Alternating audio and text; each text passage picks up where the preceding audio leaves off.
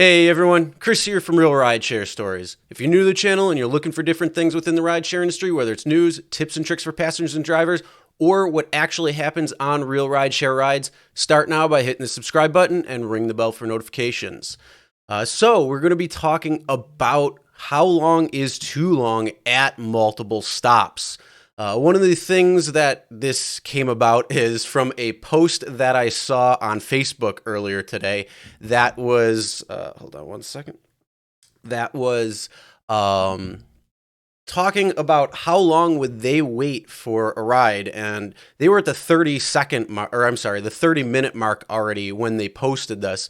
And there were a lot of comments because I was reading through them on what they were saying they would do, and then they were asking about how many or how long, what was going on, what was the story. And this person ended up responding later. They ended up waiting 52 minutes during a multi-stop during a trip, which is way too long. So what's up, Dark Road Run 32 Hamster? How you doing? You're on a multiple right now. Hopefully it's not 52 minutes long, because that is what was going on for this one driver. Now the big thing is, how long is too long? Well, Uber and Lyft both say keep these stops short and about 3 to 5 minutes, maybe 10 at the most. But it's really up to the driver on how long they want to wait. 10-minute max. Okay. Yeah. I was just about to ask, what would you, how long would you wait for? What is your limit that you would go? 3 minutes in. Oh, well, let's see if you're still in 7 minutes. Let's see what happens. So, but that'd be pretty interesting. Now, the reason why this went so long is because the passenger left an anchor in the car. And if you don't know what an anchor is, or you haven't heard that term yet, all it is just basically something that they leave behind in the car to make a driver want to stay longer because they don't want their stuff to be left behind or something like that. So they feel like leaving a jacket or a purse or a phone or even a car seat or a child, which has happened before, they'll leave them behind just so the driver won't won't leave short because they know they're going to be a long time. What's up, Dylan DeJesus? Hey, Donnie. Come on, man. Dark Road Run had a passenger that used multiple stop feature to fool drivers to go to dangerous neighborhoods. Damn. That's sucky. But most of the time, I mean, the thing with like going to dangerous neighborhoods, yeah, some neighborhoods are really, really dangerous in that. But unfortunately, you don't want to not take a ride because of a bad neighborhood or destination discrimination, which is a whole different topic. But, you know, if you're driving into a neighborhood to drop somebody off and then leaving that neighborhood, chances are nothing will happen. Like, I'll say 99.99% nothing will happen. There is always that rare chance something would. I've gone into dangerous neighborhoods and at night and nothing really has happened. Yes, sometimes things have. What's up, Lisa? How you doing? Pick up everybody. It turns good tips, or they leave their drugs. That's a fun thing, Donnie, right there. If they leave something behind, it's like, oh, that's a real tip you left for me. But no, yeah, I got 18 people. So how long would you wait during a multi-stop trip during these stops?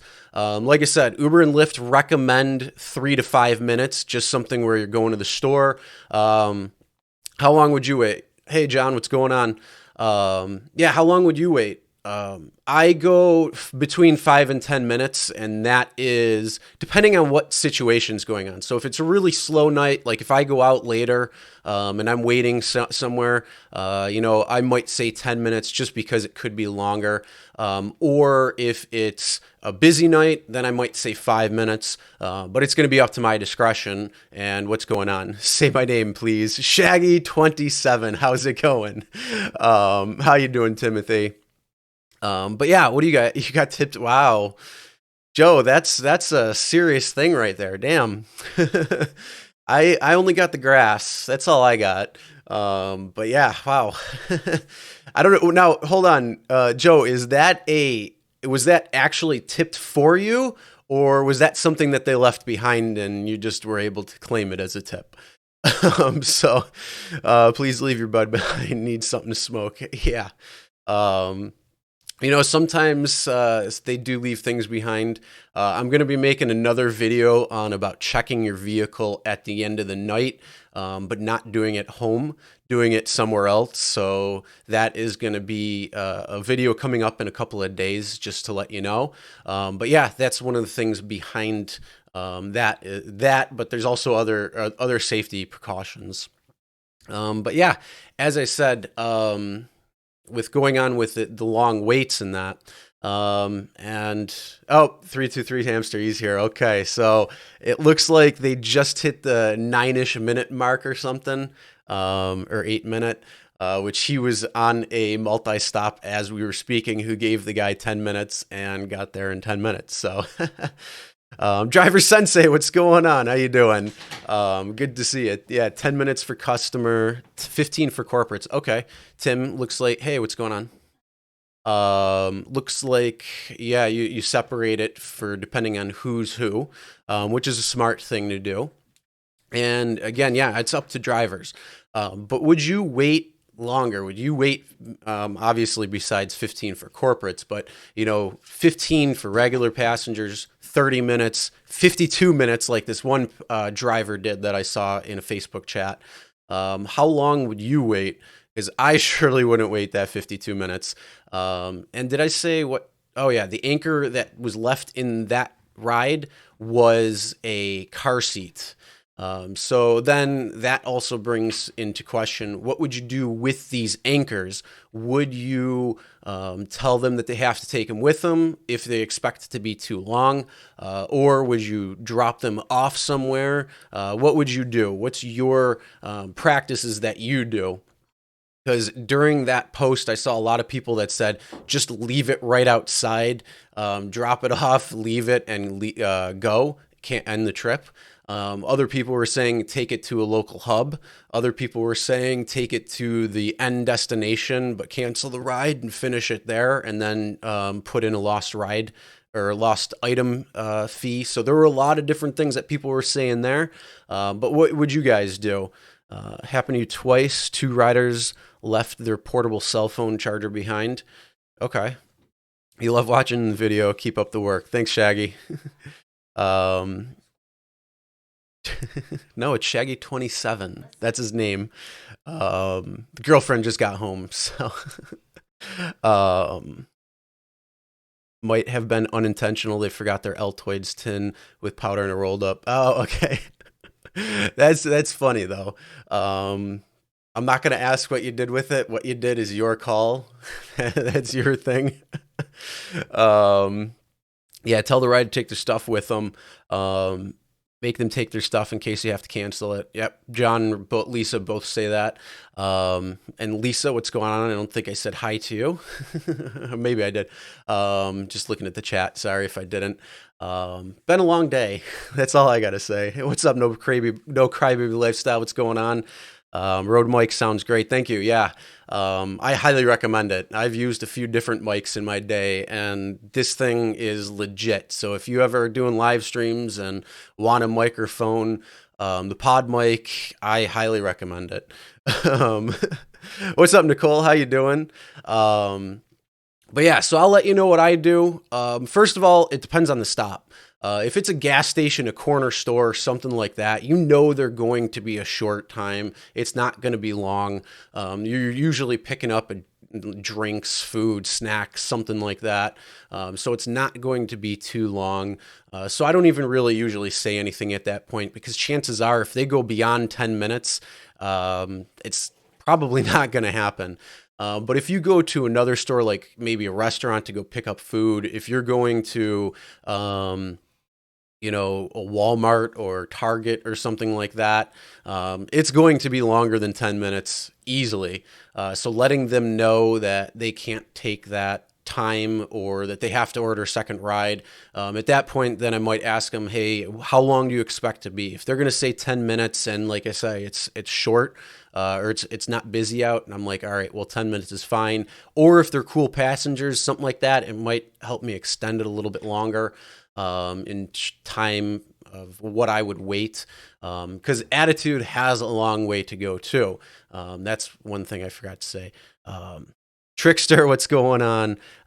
Taxi driver Phila goes to TLC PP for a lost and found. Okay. Yeah, you could definitely do a lot of different things. If they leave stuff in the car, it's hey, you can let them know how long you want to do it. I don't suggest leaving this stuff wherever you are, especially on the curb or something like that. I don't recommend doing that. Either take the stuff and bring it to the local hub or green light or whatever's close by, or you can bring it to their location, their like drop off location or something like that, putting in a left behind item and collect that $15 fee. That's going to be up to you, but I don't recommend leaving their stuff at the curb or anything like that, just in case something happens.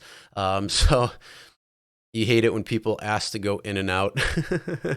Sometimes, yeah, it can be kind of annoying, but usually the multi-stops, if it's in the app, I don't really mind because it's already there. When people are saying, "Oh, hey, can you stop here and do that?" or whatever it might be on the ride, it's like, well, just can you put it into the app itself? I just like that personally. But usually if it's right on the way or if it's, at the corner store or something, it's like, that's not too much of a big deal. But if it's going out of the way, that's where I kind of have a little bit of an issue, only because then they, as a passenger, could call up Uber or Lyft and say, oh, they took the wrong route and try to get it to a reduced rate ride. So you're just opening yourself up for that. So just be careful with that. Chances are nothing's going to happen, but you want to just make sure you protect yourself. And another reason why to have dash cam footage, just in case they try to put a false report if you cancel the ride on them and, they say something or whatnot. At least you have that proof there just in case you do need it. No, In-N-Out takes forever. Are you talking about the actual In-N-Out? Like, or are you talking about just like going in and out to a certain place? Um, Leaving stuff behind is a risk taker. Yeah, it is. Could scam you for money left behind. Yeah, Vlad. Then the other thing too you want to watch out for is purses or anything like that being left behind, because a passenger could just say, "Oh, they took money out of my wallet and I left it in the car while I was in there," and open yourself up. So it's just good to have a dash camera so they can record, or I mean, I'm sorry, so the dash camera can record you not doing anything and them leaving it there, and you just sitting there, I don't know, maybe screwing on your phone or something, watching some videos as the time is passing. Food, okay, gotcha. Yeah, In and Out can be any food place really can, especially fast food. Not really that fast. McDonald's can be like 15, 20 minutes, which is pretty crazy. What's up, Beacon? How's it going? How you doing? You had an awesome ride last Friday night. The rider you picked up smoke you out. Nice. I can't believe as long as rideshare has been going that people still haven't got it together on what they should do, and still ask these stupid questions. You know what though? That's the whole different thing. It comes up to, each person individually.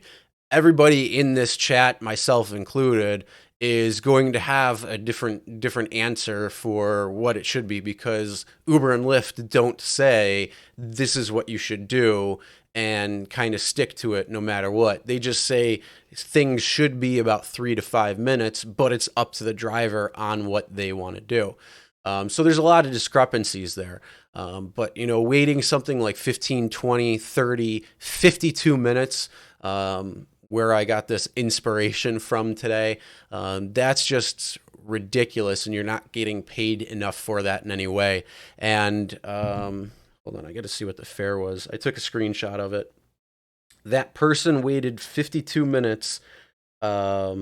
or I'm sorry, the whole ride was 52 minutes and 55 seconds. The distance was 6.17 miles, and they got paid $10.96 for that. So that passenger knew what they were doing by leaving a car seat in there, as other passengers, what they're doing to try to leave other anchors in there, because they think that drivers will end up staying. And that is true to some point, because some drivers will actually stay there because they don't want to drive away without having, or I'm sorry, with them still having that stuff in the car.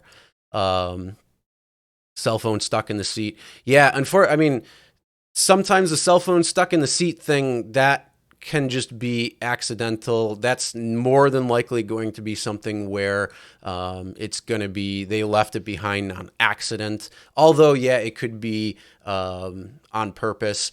But either way, that's one thing why you want to keep checking your car, making sure that nothing's in your car, especially when you're on your way home. And if you are realizing that there's a cell phone in the car, whatever you do, turn it off so you're not using that Find My Phone feature, where you're getting somebody knocking on your door and in the morning, it could be 3, 4 in the morning trying to get their phone, let alone then they know where you live as drivers. So especially women, watch out on that, because that can be something where somebody can leave their phone in the car on purpose, and try finding out where you live, because they're just creepy and things do happen. So that's one of the reasons why you should always be checking the back of your car, making sure, and giving it a good rundown before you head home. Chip Kelly, what's going on? How you doing, Uber Chip? Uber and Lyft will replace taxis. Absolutely. They will. For the most part, certain places where it's heavily regulated and they're heavily used, like New York and LA, they'll probably hold on for very long, but they'll probably end up breaking down over time soon too. What was that?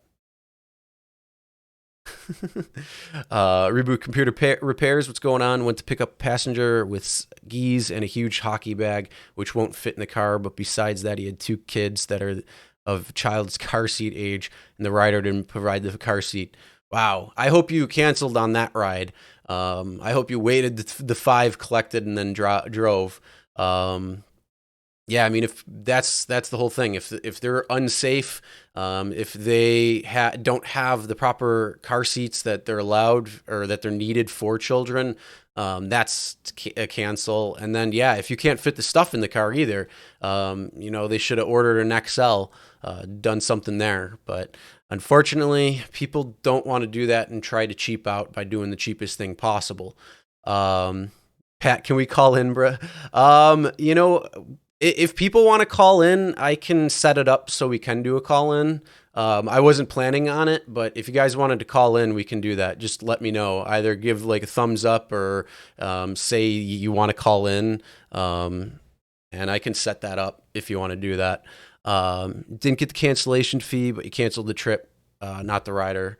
Okay. Next time if that happens and you need to cancel the ride, just go down the street a little bit and wait that timer, unless you just don't want to. That's going to be your discretion. But I mean, if you're driving somewhere, wasting your time and gas, and they're not doing the appropriate thing, just go down the street a little bit, turn around the corner if you have to, wait that 5 minutes or the full timer, and then cancel at that point so you can still collect your cancellation fee.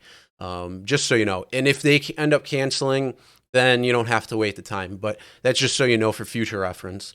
I picked up a passenger who was naked and going to 7-Eleven. Wow. Please tell me you have dash cam footage of that. And if you do, Dropbox or Google Drive, send that to me, because that would be hilarious. RideShareStories driver, what's going on? They've replaced... Oh, taxis. Okay, I gotcha. Trickster, you're at the point where if the stop is not in the trip, tough something, I'm not worried about it. Passenger rating anymore. Deactivate me for following the rules. See you in court. Trickster, I love it. I absolutely love it. And if you haven't checked out Trickster's channel, go check out his channel and subscribe over there. Trickster John's a really good guy. He's got some good stuff. I don't know if they can hear you. I have a noise gate on my phone, or I mean my mic. But yeah, I mean, right there, yeah. If the stop isn't the trip, it's in your full right to say no. And if they give you a poor rating, so what? I mean, over 100 or 500 rides, depending on what it is, chances are 1 or 2 or 3 bad ratings is not going to make a big difference. So don't get stuck on ratings in any way, shape, or form. So that's right there with you right there. And see you in court. I do like hearing that, and I do like seeing that. Yes, I know I have a question. Let's call in. Well, Pat wants to do a call in. What do you guys want to do a call in? I can do a couple of phone calls. I can definitely do that if you guys want. Just let me know. You once waited about 20 minutes. He gave you $20. Never again. Hey, that's not too bad.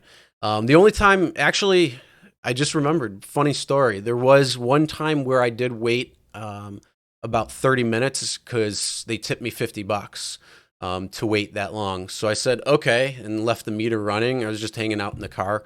That was the only time that ever happened. And it was a slow night. And it was a real long ride too. It was like 35 minutes one way and then a stop. And then I think it was like 42 minutes back. So it was well worth my time to wait. Plus that tip on top of it was real nice. So something like that does work.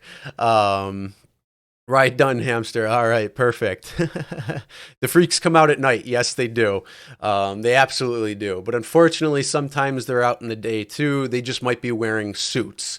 So it can happen that way as well. But chances are their guard is a little bit higher and they're acting a little more professionally during the day than at night, especially when alcohol's involved. I don't, but wish I didn't ask questions, just took him there and he didn't say anything the whole ride. Nice. Well, sometimes that's not too bad. I mean, a lot of rides are just quiet to begin with. I always make them put in trip or I won't stop. Okay. Let's do it. Let's go Buffalo. Can you take Uber or Lyft to small claim court? I wouldn't be able to afford a lawyer. If you opt out of their arbitration clause, but don't quote me. I'm not a lawyer, and I really haven't kind of looked. I mean, I've read the terms of service and all that, and I know the arbitration deal. But when it comes down to small claims court, I'm not exactly entirely sure.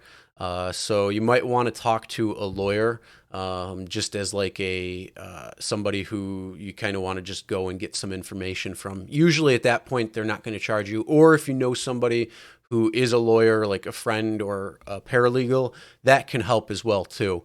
So you could do that. Ready to call in. All right. You know what, Pat? I'll set it up for you. Hold on. I'll let you call in. Hold on. Don't call in yet.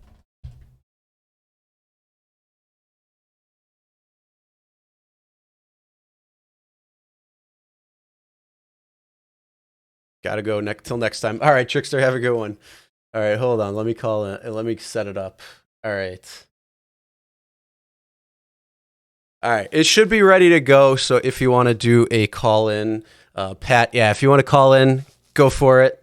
You should be ready. Just dial the number right there. You can know that. They will dick you around in small claims. Yeah, they will. They can. They know what's going on. So who are the worst passengers in my experience, men or women? It's going to depend on the situation, but I'm going to say drunk women who are the woo girls who go absolutely apeshit crazy, and are screeching and screaming in the car. Those are probably the worst. And even though they could be some of the funnest, so that is always a good thing. All right, you're on the air. What's going on? What's up, Chris? Good to finally talk to you. All right, is this Pat? Yes, it is, brother. All right, what's going on? Not much, man. I just wanted to say I've been a big fan of you and Uber missions, and you guys have provided me a lot of great content and different things to look forward to, so I really appreciate it. Oh, no problem. Thanks for calling in. I mean, did you have a question or anything? Yeah, man. Well, I personally want to talk to you because I'm a fan favorite, but also and local. I've been paying, yeah, local Buffalo, yeah, man. I've been paying close attention, like you have, to the AB5 in California and here, and I guess our governor had some stuff to say on it the other day, but he didn't give us a timetable for when he might do something. Did you hear anything about it yet? No, I know what you're talking about there in the state of address. Cuomo was talking about it, and there is a bill that is written, and it's in the committee. It's in the Assembly and in the Senate. So there's two different versions of the same kind of bill, which is, I think it's pretty much word for word the same. They're both in the committee. So that is SB 6699, which is for the state. And then I'm looking it up right now so I could tell you more specifically, because I think legislative session just started again in New York. Yeah. So yeah, it's currently in the Senate Labor Committee, and it's also in the current Assembly Committee as well on the Assembly side. So it's essentially relating to the employer status of an individual, establishing criteria for determining whether labor services performed for remuneration qualify as employment. So essentially, it's AB5. And if you want to look it up, it's S6699A, and that is the Senate version, and then the Assembly version of the bill is A8721. So yeah, they haven't really done anything yet with it, but it is something that they are probably going to pass because we all know New York likes to follow California. So some of the changes that are happening in California in terms of what Uber's doing, that will probably come to New York pretty quick if they're going to put this bill forward and then sign something. Well, I'm not going to lie to you, Chris. I personally don't want the bill because I want my flexibility, but I think Uber's going to do the same thing they're doing in California and just kind of circumvent it, and then we're going to get all the perks, hopefully, too, because I've been driving for 2 years. Okay. So it's a part-time gig, brother, just probably like for you, and but I love working for Uber. You know, I don't know how you works for you in the area, but I've done triple the rides with Uber and you know, maybe like 300 rides with Lyft. Yeah, that's pretty much about where I am too. It's I would say for every 4 rides, 3 are Uber, 1's Lyft in this area at least. Yeah, man, it's been slow though. Yeah, the last couple of weeks after New Year's, up until like this week, through this week will start getting a little bit busier. Yeah, but yeah, I mean. It'll be interesting to see what happens in New York because I know a few people are like Beacons in New York's Rideshare Lisa is also in New York, so it's going to be pretty interesting what they're going to do. And I mean, I've read the bill already, and it's very close to AB5, pretty much the same exact ABC tests. So yeah, it's going to be pretty interesting what they're going to do, trying to circumvent it and probably bring up try to do a couple of lawsuits in New York if that passes and becomes a law as well. Well, sure, it's coming our way, man. I can't wait, and appreciate the content, appreciate about the phone lines, and I look forward to talking to you soon, brother. Oh, no problem. Have a great night, Pat. You too, man. All right. Bye. See it. All right, yeah. So if anybody else wants to give a call, you can call in. Thanks, Pat, for calling in. Paula, what's going on? How you doing? Where we at? Yeah. Why don't you come say hi? Are you going to open the wine? Oh, I want to, open some wine. Someone already did the video about the new split. They are trying to trick us. They still take the same amount. Okay. No, Nicole, how it works is it's out of the fare itself. So you get paid mileage and time that is still staying the same. The only thing is Uber cannot take more than 25% if it's an X, or 28% if it's another type of ride. So that's like Comfort, XL, Black, something like that. Those are all at 28%. What ends up happening is whatever the time and mileage rate is after the trip's completed, they'll tack on 25%, and that's going to be their service charge.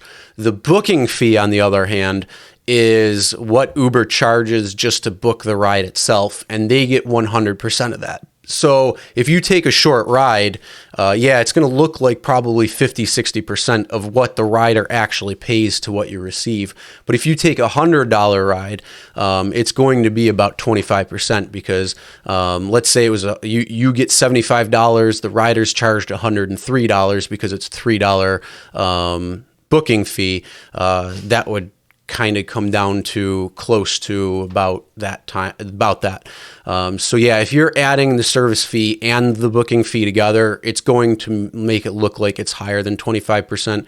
But if you look at just the fare itself and the service charge, that's going to be right at that 25% mark.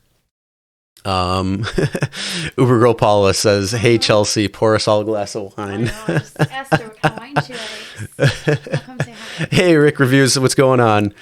Give that button a big wet slobbery kiss. Yes, like that. I like it. That's funny. Hi everybody. Hi, everybody. There's 18 people on.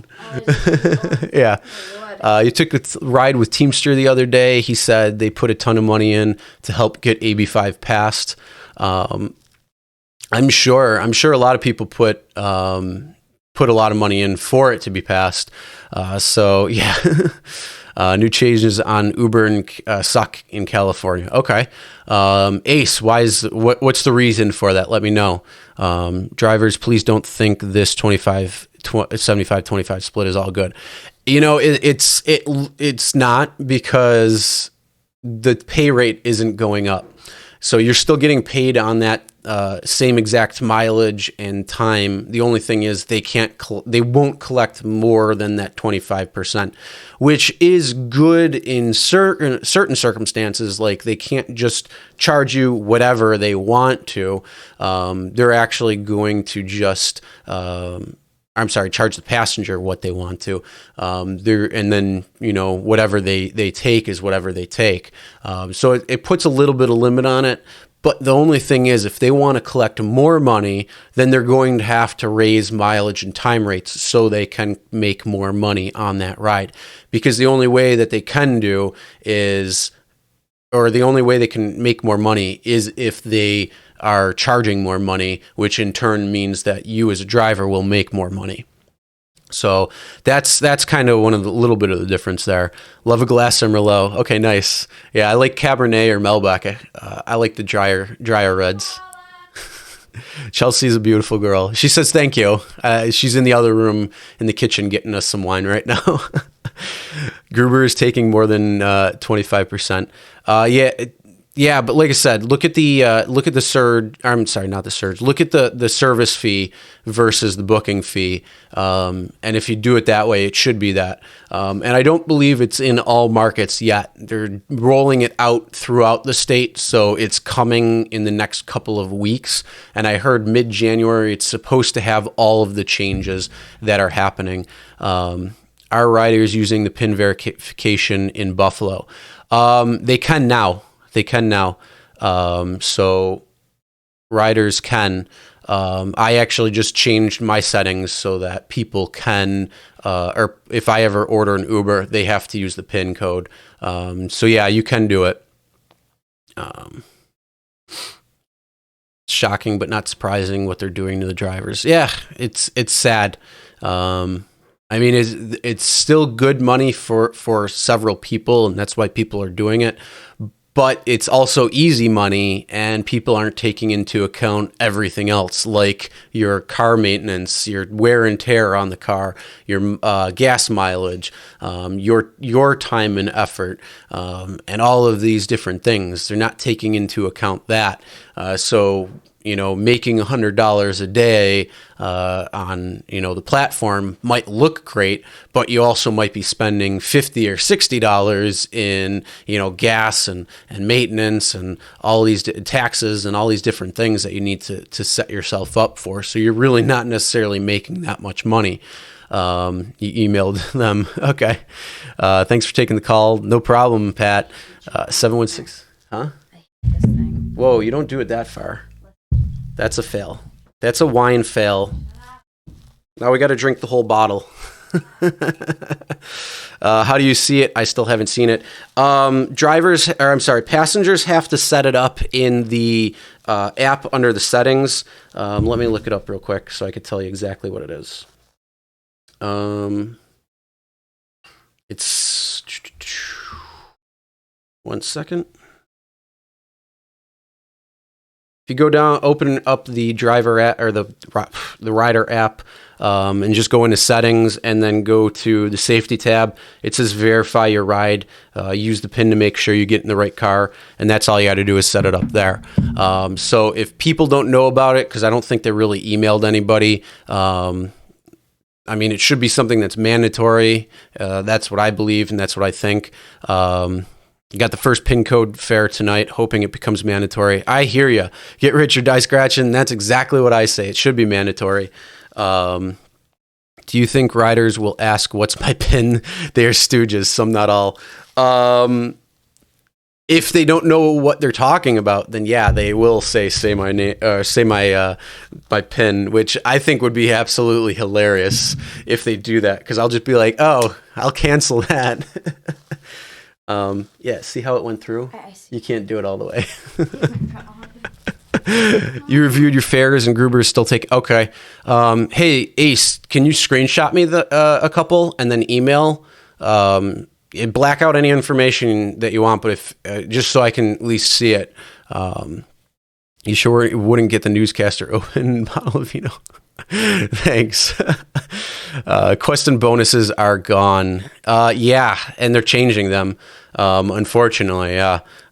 So then it cancels the service fee, or at least is supposed to bring the service fee down from, depending on what it is, from 25% to like 21% or 10%, depending on the ride or depending on the option that you choose. So it's all optional based. Hey, get rich or die scratching. Thank you for the super chat or the super sticker. Fist bump. Can drivers set it so it happens on rides? Are you talking about the PIN code? Because the PIN code has to be done through the passenger side. I haven't seen or heard anything where drivers may require it or something, but that would be a really cool option to have drivers require it. So like it would just pop up on the passenger side of things. That would be pretty cool. Chelsea, that's why such fine baby hair. I can't stand it. Oh, hairstyle. Okay. You guys are talking in the chat. I see it. Gio said 30% expenses, 70 hour, 2K, 30% means 1,400.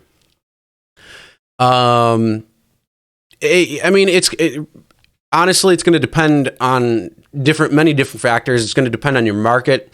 So cost of living, where your city is, because if you're living in downtown Chicago or downtown any city, you're going to be spending a lot more money than say if you live in outside the downtown area within the city. Or if you are in the suburbs or, in different places. It's going to really depend on some different factors. So if you're trying to find out what your expenses are, you got to look at everything that's going on. Also, the variability of gas. Gas in many different markets is different all across the board. What you're spending on gas in LA is a lot different than what you're spending in South Carolina. So there's a lot of different discrepancies there, and it's really market dependent. And what you want to figure out, you want to make sure you take as much as you can information-wise. The best thing to do is get on some local Facebook pages that are Uber and Lyft pages and talk to them and see what other people are doing when it comes to it, because that's going to be your market specifically. If that's not your market, being Chicago, I mean, whatever Geo says, he's probably done the research for himself and driving in Chicago. But if you're not in that same market, it could be much different. So you want to make sure you kind of base your estimations depending on what your market is and what your cost of living. They send out emails, no one reads them. Yeah, unfortunately, that is the truth. I never know if it's a driver email or a passenger email, really, because they all come out pretty much the same to the same email. So yeah, it's kind of tough that way. I'm a part-time driver, 40 hours a week after my day job. That sucks. Uber is cool. Yeah, I would consider that a full-time driver on top of your other full-time job as well. But yeah, part-time driver working 40 hours. Cheers. Cheers. And cheers to anybody else who might not be. Yeah, enjoying a nice glass of dry wine. I'm a part-time I'll start telling all my passengers about the PIN code system. If Uber won't email its drivers up to... Yeah. Actually, that's a really good point right there. Get rich or die scratching. That's a really good thing to do, is talking about the PIN code. And you could spin it in any way, too. You could say, have you heard of the PIN code? It's really good to make sure that your account is safe so people won't get in your ride the wrong way or something like that. It helps secure your account. It makes sure you're paired with the correct driver, your peace of mind. All those things are true. So you could kind of spin it where it's going to be helpful for them and talking about that. So that's actually a really good point. I might actually have to start doing that as well, too, if I'm talking to some passengers and that. That's actually a really good idea. You spend about $50 a week on gas Honda Fit. Nice. I don't. I spend a little bit more than that. But I also have a Jeep Grand Cherokee, so it's a lot bigger. Same market. Okay. So yeah, I would just follow exactly what he's saying then. If you're in the same market, yeah, go with what he's saying, because he's probably, like I said, put in the research and figuring out the costs right there. He's not a dumb guy. He's a real smart guy. Wine is good, but whiskey is better. I give you that, but wine can be very good too. Spin is a PAX benefit. Yep, 100%. It's good for both of us. Yeah, it's really good for drivers, because it's going to cut that wrong rider scam. It's going to stop that stupid say my name BS. It's going to stop a lot of things. So it's going to be very good for the driver overall. You should be drinking a Labatt Blue. I don't like beer. I'm going to say that. I don't like beer. Is what it is. How long have we been together? How long have we been together? Too long. Too long, she says. Too long. Well, we were friends for a very long time. True. So loud. Chris got that good mic. Sensei, what's up? We've known each other for over 6 years. Yeah, we've known each other. We were friends for upwards of 6 years. I don't know, we've been together for a few years now, so I hate beer too. Yes. Cheers to the wine. I like liquor and I like wine. I'm not a fan of beer. I never could get around to it. So, yeah, that's me. If it's too loud, then let me know. I'm trying to make sure it's not loud, but why you got to ask? You need to get on your memory game. Yeah, you tell him, Sensei. You tell him. I don't know. Whatever she says, say 2 years longer. I love it. Oh, boy. Oh, it feels like 20 years. Oh, wow. Fireball is pretty good. I like SoCo. Southern Comfort's pretty good. I also like Tito's. Here's a fun little drink that if you guys aren't driving and if you are out somewhere, make sure you order an Uber Lyft. A Tito's with lemonade and a splash of blue Caraco. Damn, that's so good. And that's a really good summer drink, or when it's nice weather. So it was like, what was it, like 72 degrees or something here the other day? No, it was 72. It was in my car. Yeah, it was 72 in Buffalo the other day. So I made one of those drinks just because it was gorgeous out. So that's something that's really good. Liquor and wine both. Do you like McDonald's? Do I like McDonald's? No. No. I haven't eaten McDonald's in... I'm 26, No, you're and not. it's been lie. about 30 years since I've had Don't McDonald's. lie. I'm at home getting stoned. Nice. Cheers, John. Cheers. No, I don't like McDonald's. Fast food I really only eat is Hardee's if I'm ever traveling, because unfortunately they're not in this area. So Hardee's, if you're ever watching this live stream, come to Buffalo.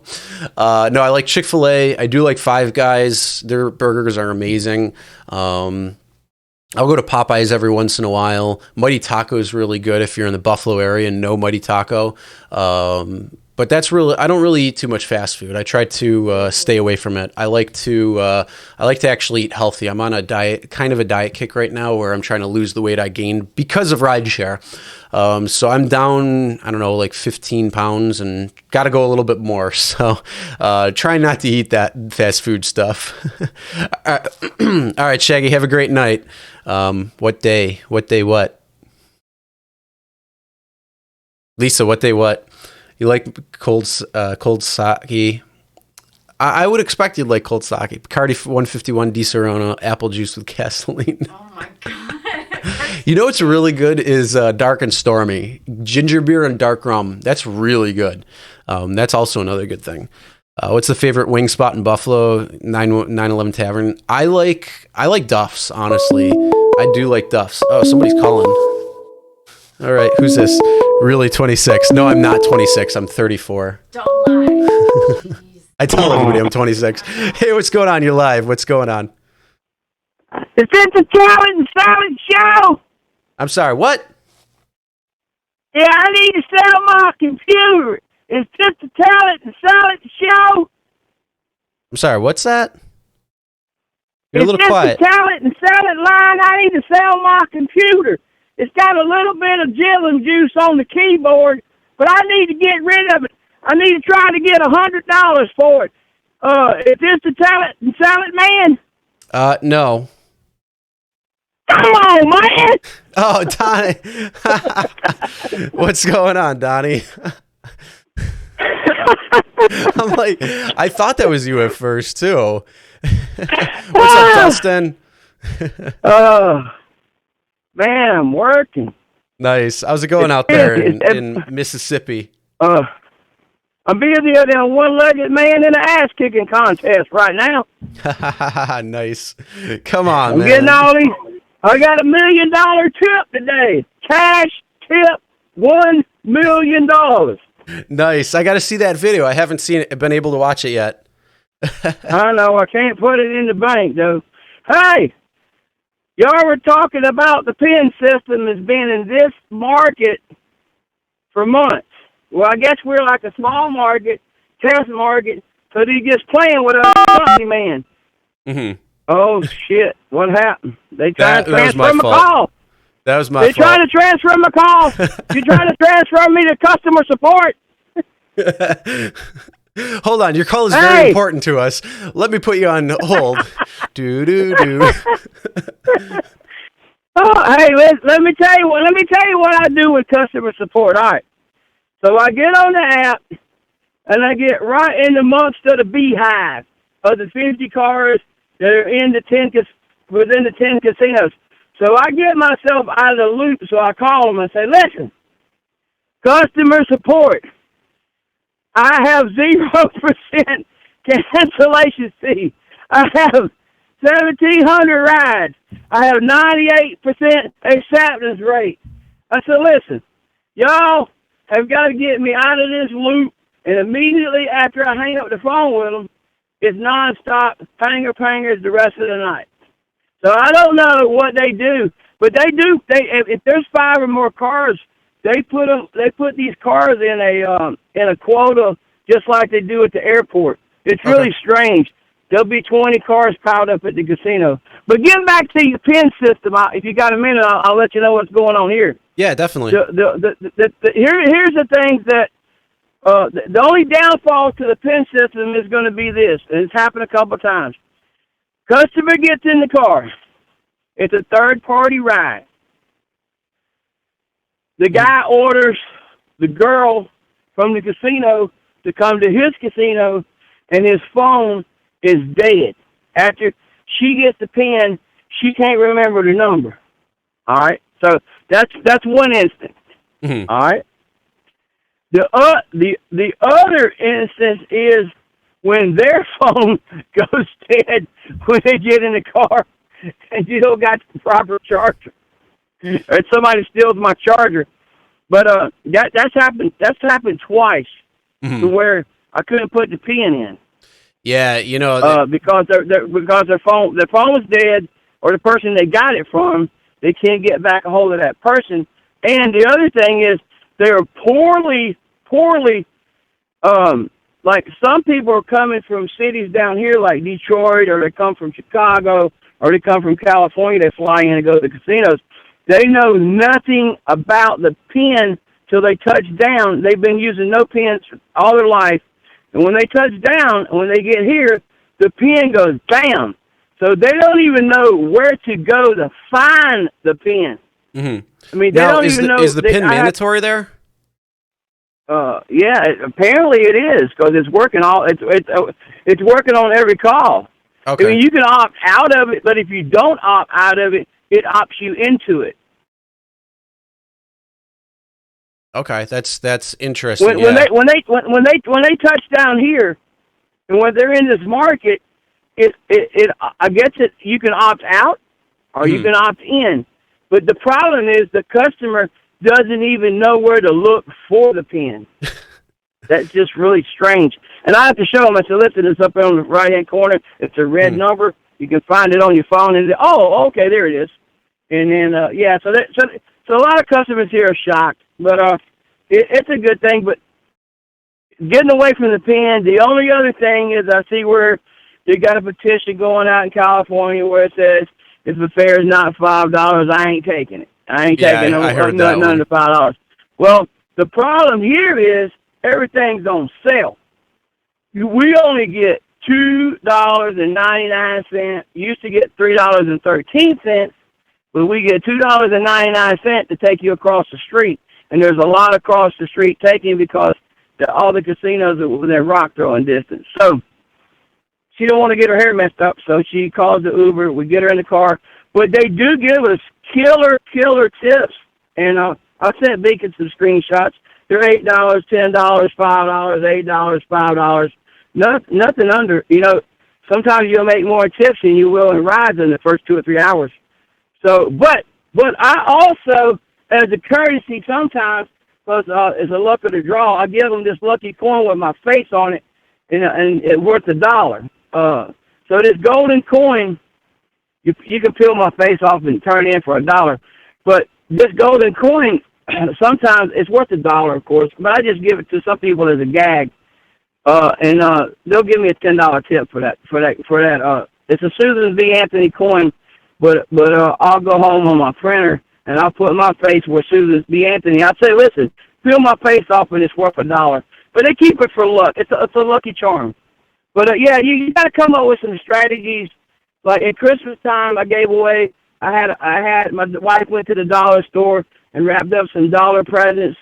Like flashlights that light up for $1, like their ink pens. I gave those out at Christmas time. They were wrapped up. They got me some good tips. So if you come up with some crazy things, but all markets are different. You couldn't do this in the ghetto. They would probably rob everything in your trunk.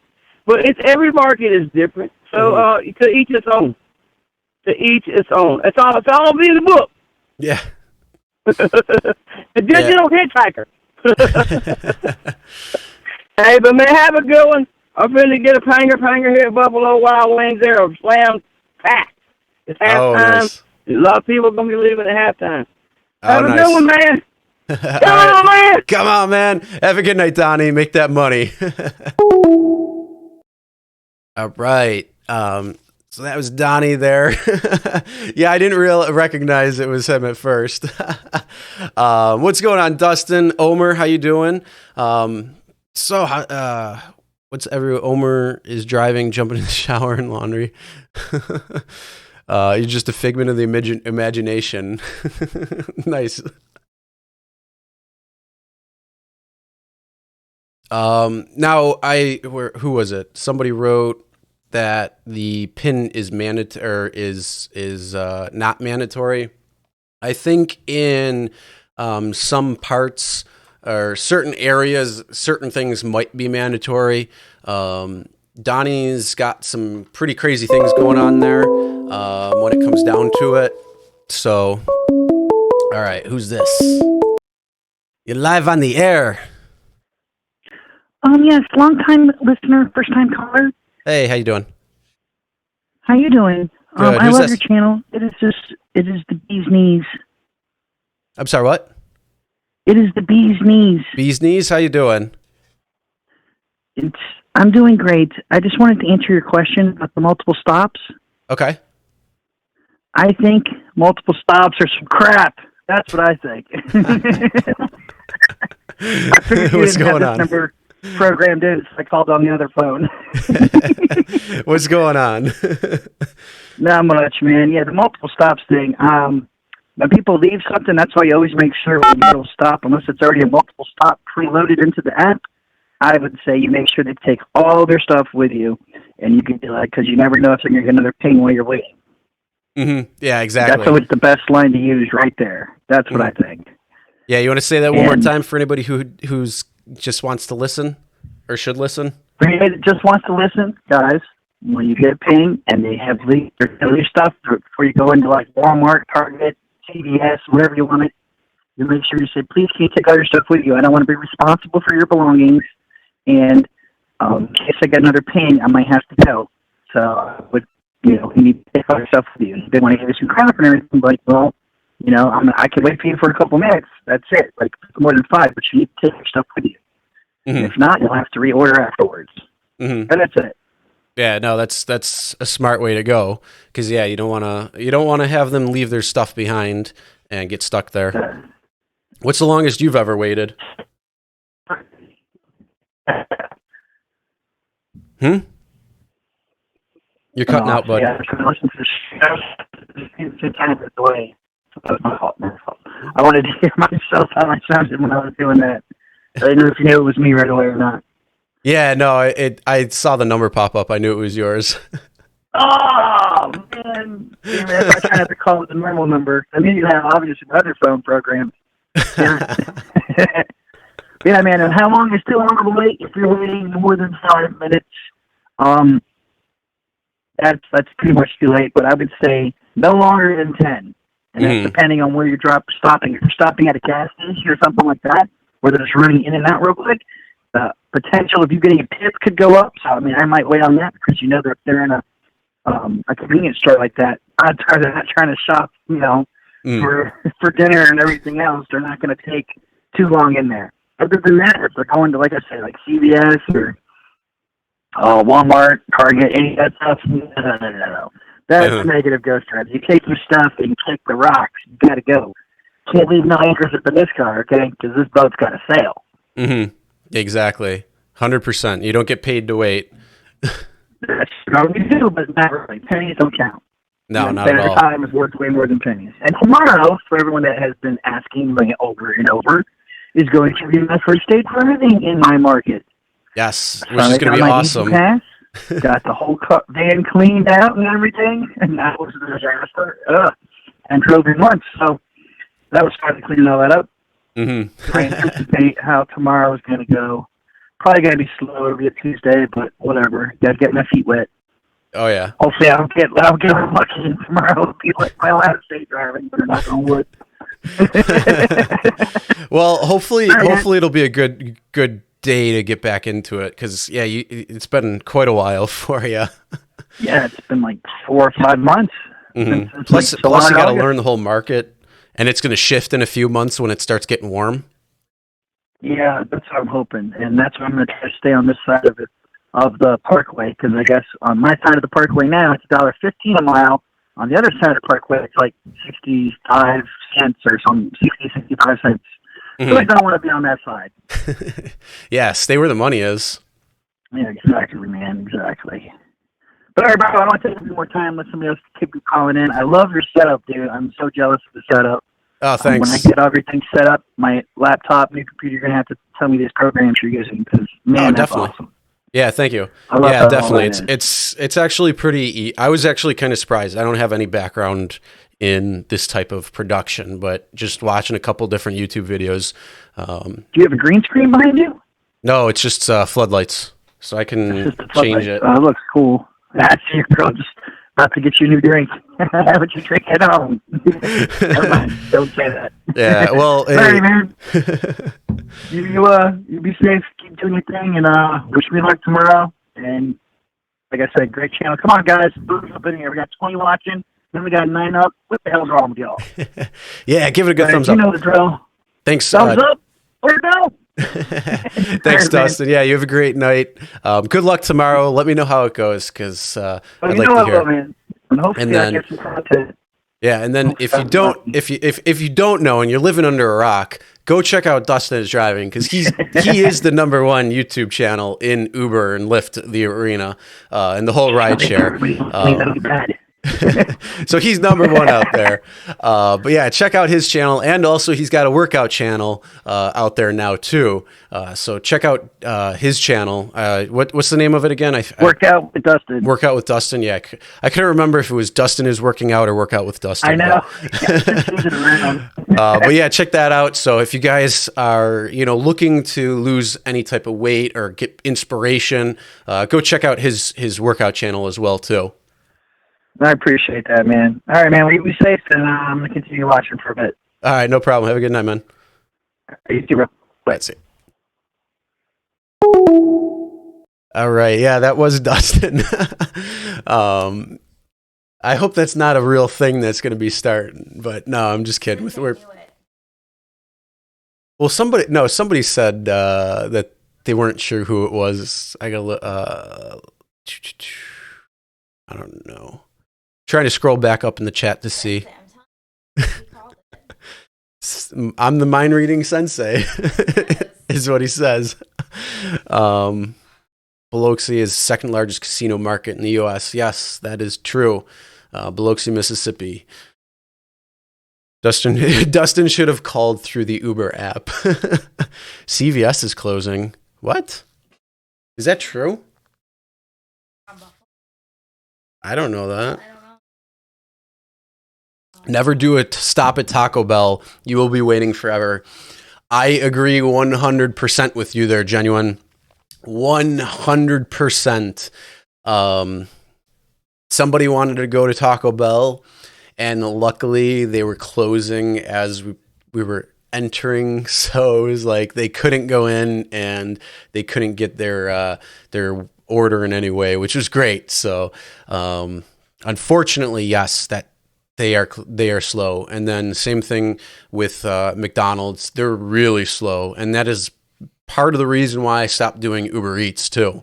Was I didn't want to take McDonald's runs anymore, because sitting there for 20 minutes waiting for the order, because they close the dining room and have the drive-through only, and only getting paid chump change for it. Not worth my time. Great setup. Thank you, Robin. Damn, I couldn't fool him. Sorry, I noticed the number when it was popping up on the screen. Yeah, I haven't heard anything else. He tried calling from the gig mobile phone, but he had that programmed.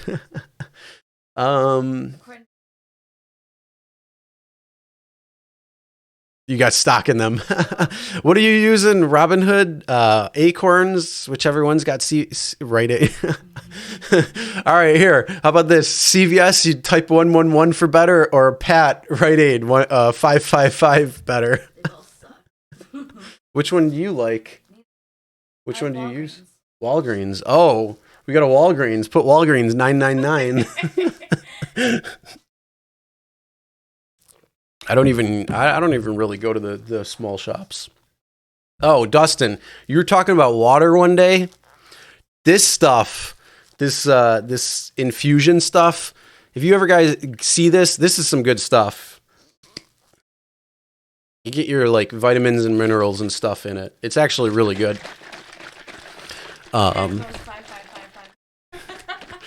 There you go, Pat. Right, Aid. Uber's kicked out of Colombia. Wonder if Uber support will be rerouted to the U.S. due to volcano eruption. That was in the Philippines. So I think support is in India, which is not probably going to be affected. But yes, Uber is kicked out of Colombia. So if you didn't know that, you can't order one in Colombia. I don't know if they ceased operations yet or if they're going to soon. I didn't read the article that I was looking at. Robinhood and Webull. Okay.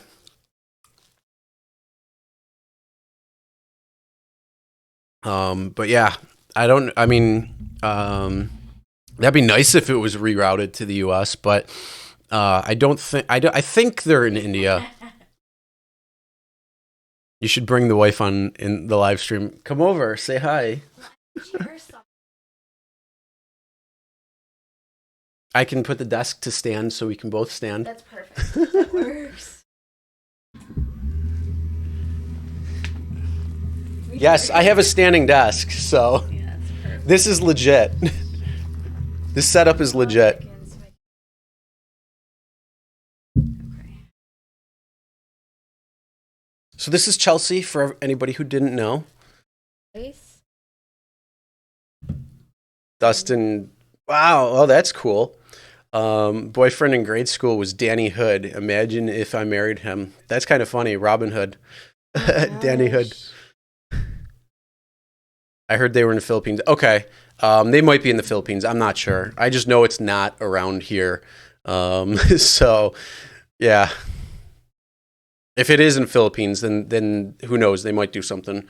I've got American Uber support. Well, that's good. Hi, Omar. Chris, How can you are hold ya? up 1 minute while I check my resources? Hi, John.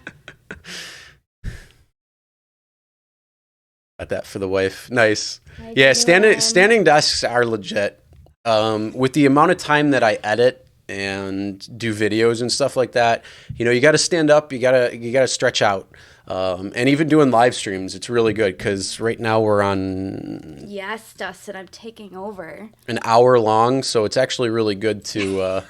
Is you ignoring me? You're taking over what? He The live said- stream? That's what he said. The wife is going to take over the stream now. She might. If anybody wants to ask her a question, go for it.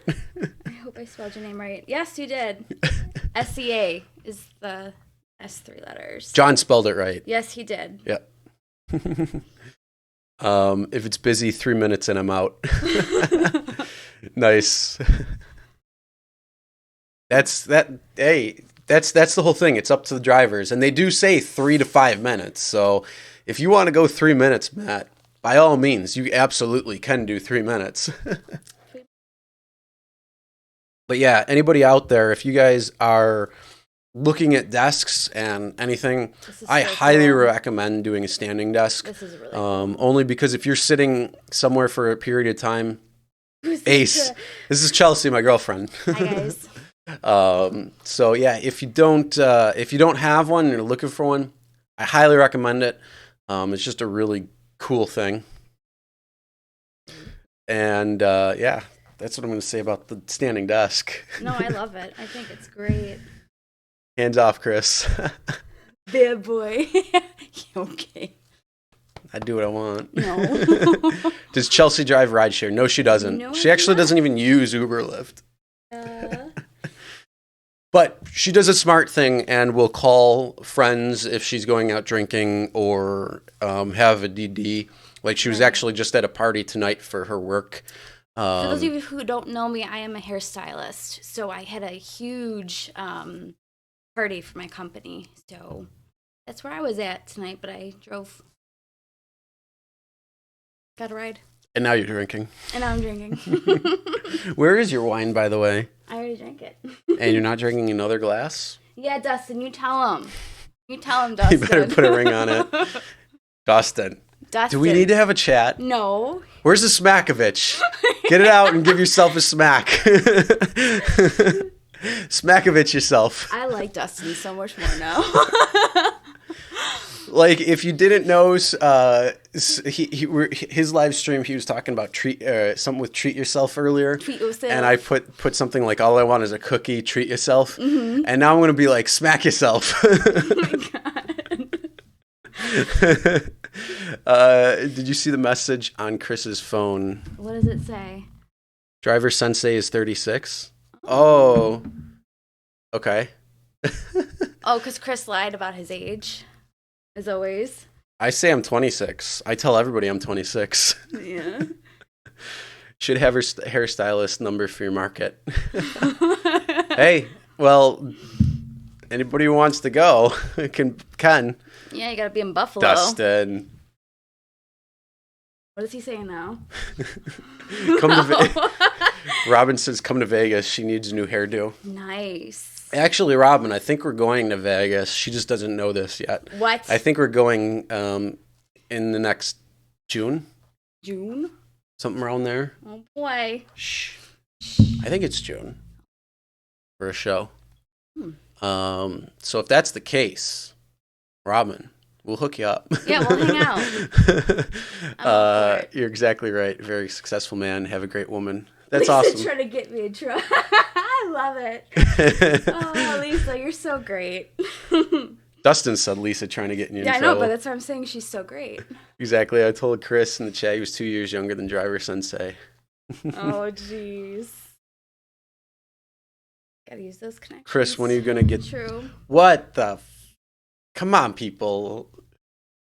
You've been with the old lady for 13 years? Wait, John, did you put a ring on it? That's the question. Being with the old lady and putting a ring on it are two different things. Pinger. All right, just be safe, Donnie. Just use those connections. Yep, always. And Chelsea also has a YouTube channel, which is Spiritual Chell. So you can go check out her channel if you want to see her beautifulness. Her beautifulness. Oh, thanks. Is that the wine talking? No, that's me talking. Okay.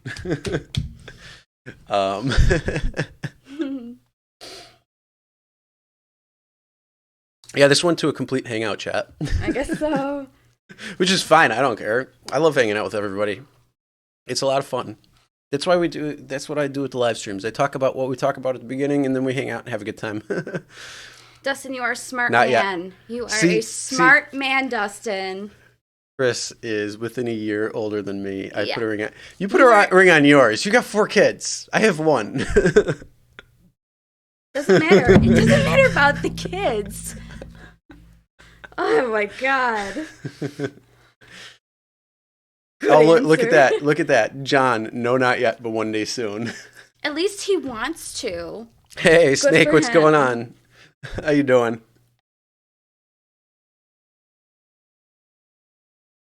Hint, I didn't hint. say that. Wait, what? Hint, hint. I know where the best chapels are. Still waiting for that Uber quest that needs me to stand up with them. Stop. That would actually, Robin, great. that would be hilarious. Oh my God, if you ever do that, you need to like record that and send it to me so I can put that on, because that would be amazing. That would really be amazing. YouTube phone number. 5-star driver. Come on, man. Chris gonna be calling. Dustin, he does not get to yell at you. I will punch him if he does. Oh, you might be getting it later. Doing good. Haven't been on the channel. Yeah, I haven't seen you, Snake. I hope everything's going well. But Robin, that would actually be really hilarious. That would be really great. If things were going that way where somebody needed, hey, we're trying to get married. We need somebody there. Oh, is that a Vegas? Pat, have a good night. Is that a Vegas? Justin. He's at a Vegas wedding. Oh, That's the only one I would do, because if I would get married, my reception would be $1,000. I'm not spending 30, 40, 50 grand on a freaking wedding. No fucking way. Yeah, no thank you. Just saying. Right. I would get pizza, wings, bar. My phone would be the DJ. The cameraman would also, or the photographer would be everybody's cell phones. That's how you get it. Your number is temporarily disabled. Read what Jenny Wynn wrote. Are you rubbing her ass? No. I am now. What happens in Vegas stays in Vegas. That's hysterical. So, wait, what happens when you get married, though? Because that kind of follows you. No, it doesn't. If you get married in Vegas, listen, that's married, period. We're gonna do a hangover kind of wedding. Hangover? No. They got drugged in Hangover and forgot the entire day, and then had to drive back to LA to get married. I could see. For those who don't know, The Hangover, haven't seen it in a little while and forgot about it. Justice of the Peace works. Yeah, it does. Lisa, good idea. So she turned her head to look at you. That was epic. No, I'm going to have to watch that in the rewatch. Read what Lisa said. Where are we at? 1:15:38? Okay. Look. If you want to go ahead and make up the couch, now why? I'll kick her out. No. I'm just kidding. I wouldn't do that. You're the mother of my child. Of course I wouldn't do that. No, of course. People got in one night. Oh my gosh. Jeez Louise. Robin. You talked them out of it. Oh, they just met 15 minutes. Wow. Wow. That's insane. That's great. Robin, if you want to, like, I don't know. That's an amazing story. That would be a really fun, cool story. Married in Niagara Falls. Did you know that Niagara Falls is like one of the most popular honeymoon destinations of the world? I wouldn't have thought. Yep.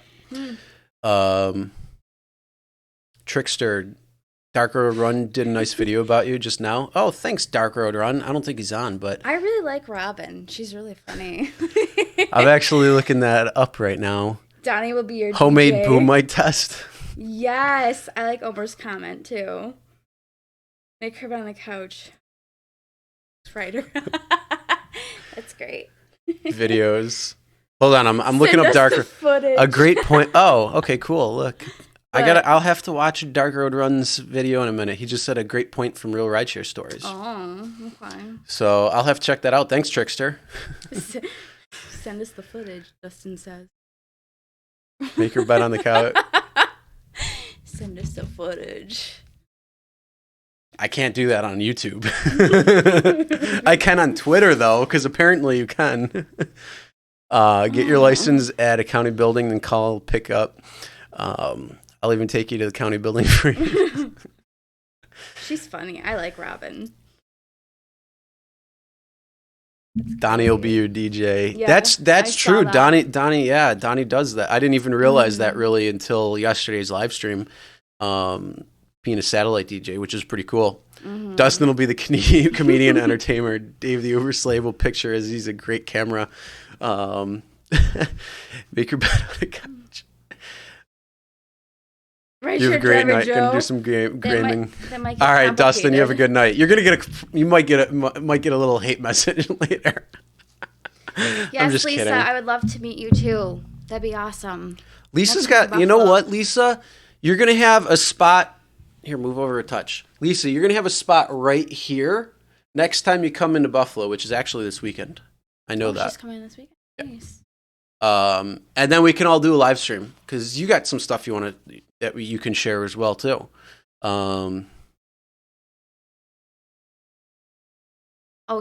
Snake said the only person missing from the hangout is rideshare driver Joe. That might get complicated. That might. He's out driving right now. Oh. He's out driving, yeah. Hey Chris, Niagara Falls, Canada is my God, John's hysterical too. Hey Chris, I'll give you a free Uber ride to the chapel. John. No. I like your friends. They're funny. February 14th is a great day in Vegas. Stop, a drive-through chapel? Oh, yeah, they do. My God. Is it that's I think that's on the Strip. Oh my God. I think it's just north of the Stratosphere, actually. It's so just move over and touch. I might be touching something right now. Just he's squeezing. saying. Listen, he's squeezing my butt. We all know it. My goodness. I'll bring the bottle of wine. Yeah, you're gonna need a lot of wine, John. A lot of wine. We'll do if we're in Vegas, we'll do a YouTube meetup. There's actually supposed to be this really good pizzeria in. Oh my God, what casino is it? It was the one that was just built. Area or I don't know. I can't remember. It's like this really crazy good pizza place. It's on the 3rd floor. So if you got Robin or John, if you know that, sounds like you guys need an Uber best man. Yes. Wedding and a burger. Hi, Trickster. God. What is going on here? You're worse than family. The YouTube family is worse than blood family. I know, right? Jeez. He's out driving right now. Is he? This passenger. No, that was probably the rideshare driver Joe comment. Oh. Driver Joe's coming. Boy. I think Driver Joe has a crush on, me and stuff. I don't know what you're talking. No, you have a crush on Driver Joe. No. Yeah. No. I can prove it. Where's my channel? Right. You're the one who hit on rideshare driver Joe. Hi, Trickster. How are you? We all have that video. Uber through the chapel. Oh my God! Can you imagine the whole Uber crew? That would be a funny live. I mean, that would be a funny live stream. I'm not gonna lie. That'd be hysterical. Not gonna happen, but Stacy, that would be funny. Live stream. Mm-hmm. Brother-in-law at a tailgate ceremony. Yes, That's cool. I saw that one. Stood up for your sister-in-law via phone. Wow, that's pretty cool. But yeah, the tailgate ceremony, that would be awesome. We love our football here in Buffalo. Bills Mafia, 100%. Good night, all. Good night, Genuine. Party on or don't. Party on or don't. That would be pretty epic, though. I gotta say, a tailgate ceremony or a tailgate reception would be pretty cool. I think Chelsea like you because of YouTube. No, actually, I started YouTube after we were together. Like, well after. I mean, the first video I posted was October 4th, 2018. So not even a year and a half. Get married at New Era Field. That's a cool one. That's actually pretty cool. That's a pretty but cool idea. That's expensive Go as Bills. F. Go Bills. 100%. I'm a huge football fan, so that's awesome. 100%. No, Trickster, I'm actually very introverted, so I didn't like Chris just because of his YouTube. I've known him for a long time. So Through quite a few relationships, too. Yeah, involved in there. I was dating, you were dating, I was dating. Oh, boy. I keep watching that video where Chelsea hits on rideshare driver thanks, Joe. Snake. It gets funnier. Thanks. I could play it right now, too, if I wanted. He said, look closely, reread. I think Chelsea like you because of your tube. I know, I get it. Clever. That was Clever. a good one. Oh, Lord. That's probably a good point. Good tip. Oh, my God, Robin, you were so funny. Read what she said. Which one? Send out the invitations to all Uber drivers to show up in Vegas for the wedding, and Uber will think they're on strike again. That is good. That's funny. Off topic, I was hoping for a Bills-Vikings Super Bowl. Yeah, that would have been pretty good. Been really cool. Actually, I was honestly, I was hoping for a Bills-Eagles Super Bowl because Dustin and I might have tried to get together and done a live stream during the Super Bowl, watching the game together. That would have been pretty funny. What do I think of Josh Allen? Do you think he's a franchise quarterback? Pat, I like him. I actually do too. I think he's a pretty good quarterback. The stuff that he can do is pretty phenomenal. Yes, it's his first real year playing. And, with a little bit of guidance and a little bit of leadership and development, he's going to be a pretty strong quarterback. Go Bears. Going into the next few years, for sure. Niners. Go Bears. Niners. Come on, Lisa. You're in New York, and you drive in Buffalo sometimes. It's Bill's country now, hun. Oh, your day is Uber done. Yeah, but here's the thing: wouldn't all Uber drivers then go to Vegas and order an Uber, or should we tell them to order Lyft? That would be kind of funny. All the Uber drivers go there and order Lyfts instead. Also, it's 2020, and we're still independent contractors here in California. It's going to court. From what I've heard, everything's going to court. And hey, if they're not going to implement it, that's what it's going to go to. But also, Uber's making those changes to try to curtail everything that's going on with AB5. So they're trying to make it seem like there's more independent contractors than not. Listen, I'm just happy that the Patriots are not going into the Super Bowl this year. Let's all agree on that one. I just want Tom Brady to be done. I do too. I think everyone wants him to be done.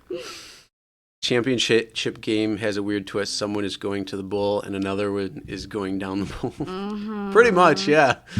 Right there. You just need a number one wideout. Yeah, they do need a couple of key players, but honestly, I mean, the team really made substantial changes over the last couple of years. I like McDermott, and I think he's a great coach. He's got really good coaching staff. Want to know a funny story, which I'll tell you. I was driving. It was not 2 years ago. Just before the Miami Dolphins game, which was, I want to say it was week 15 or week 16. Yeah, it was week 16. So they only had a little bit more time to play. And I took one of the offensive line coaches home from the bar, and I was talking to him about it, and I'm like, look, I got to be real honest with you. I'm like, I'm surprised you even, like, speaking at the Bills, I'm like, I'm surprised they even made it as far as they did, because this is when they had the chance at the playoffs, and they needed a lot of things to happen, but they still had the chance, and they actually made it in that year. That was the first year they made it back in quite a few years, so it was just funny, like a funny conversation. And he was like, yeah, he's like, I was even surprised that they were where they were. And I'm like, hey, I'm happy you're honest. So it was actually kind of funny. Lisa's comment. Chelsea, every time Chris say go Bills, I say go Bears. Yes, you do. And getting funny looks in Buffalo because of the license plate cover. Right. Oh, geez. Oh, boy. You know what? You want to do a prank? On who? On Rideshare Lisa. What? If she's here, you got to sneak out and put a Bills license plate cover on her car. Yeah, like I have time to get one of those or find one of those. What are you talking about? They're all over Wegmans. True. True. Amen. No Patriots and no Seahawks. Yes. Oh, I'm so happy the Patriots aren't there. Have a good night, Rideshare Trickster. All right, Trickster. Have a good night. What is really shocking is the Titans in the AFC Championship. Yeah, that was. But, hey, they pulled it out. What can I say? They did it. So, love you both. Is that wine hitting you yet? No.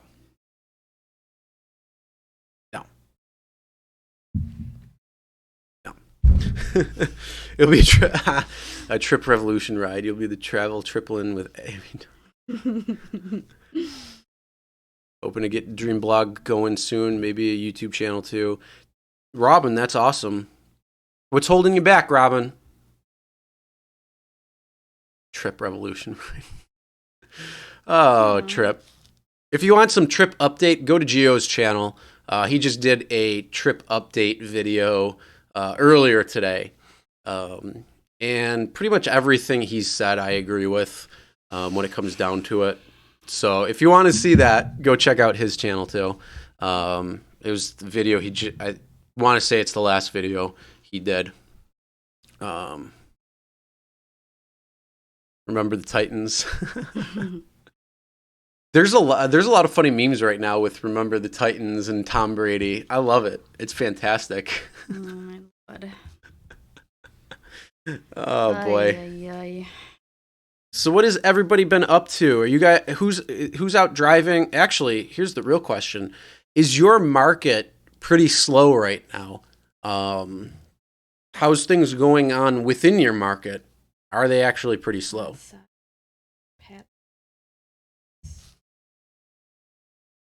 I have Divine Singletary, Cody Ford, and another Bills rookie for an Uber ride. Drove them from West Seneca to Chop House and didn't get a tip. That's BS, Pat. Sorry to hear. I took a couple of players from Minnesota from the NHL when they were here, and they didn't tip either. But they said some pretty good stories, like of players and stuff, which is kind of funny to listen to. So yeah, trip should be live in New York by now. They were supposed to go live last Saturday. Yeah. Mm-hmm. Lisa, and every Wegmans in Buffalo, they have Bills everything. This is true. Well, yeah. I mean, they're going to. Trip should be live, but guess what? They're not. At least from what I heard. And I think it's only New York City. I don't think it's upstate New York. So that's where I am, is what upstate New York. You got drunk one night, called Lyft. You were pissed. It took 20 minutes to find the car and then went to the pickup spot. You couldn't find yourself. Why John do you is keep doing that? Yeah, but that's what I have mods for. That's so interesting. I don't know. Well, because certain language sometimes has to get held. So weird. But your Patreon supporter, Lisa, come on, everybody, go check out Rideshare Lisa. Well, Lisa, you're going to be live on the channel. You're going to be able to talk about it too. But no, yeah, check out everybody knows Rideshare Lisa. She's awesome. Go check out Lisa's channel because she's got really good content coming out now. She just started, which is awesome. I'm very happy for her. And I just want to say a special thank you to you, not only being a Patreon supporter, but also the shout out in your last video as giving a special thank you to me. So I just want to say thank you to you for that as well. But yeah, Lisa's got some cool content as well. And yeah, Lisa, when you're here next week, you got a spot right here. Well, we might have to lower the desk a little bit. You're so mean. No, she's short. I know, but you don't need to say that. Well, Oh my goodness. I'm not saying that as a bad thing. I know. She says that she's short. So trip is tripping. Yes, it is. Jake McCabe to 0 tip. Cheap ass hockey players. Yeah. I used to cut a couple of the hockey players' hair. Mm-hmm.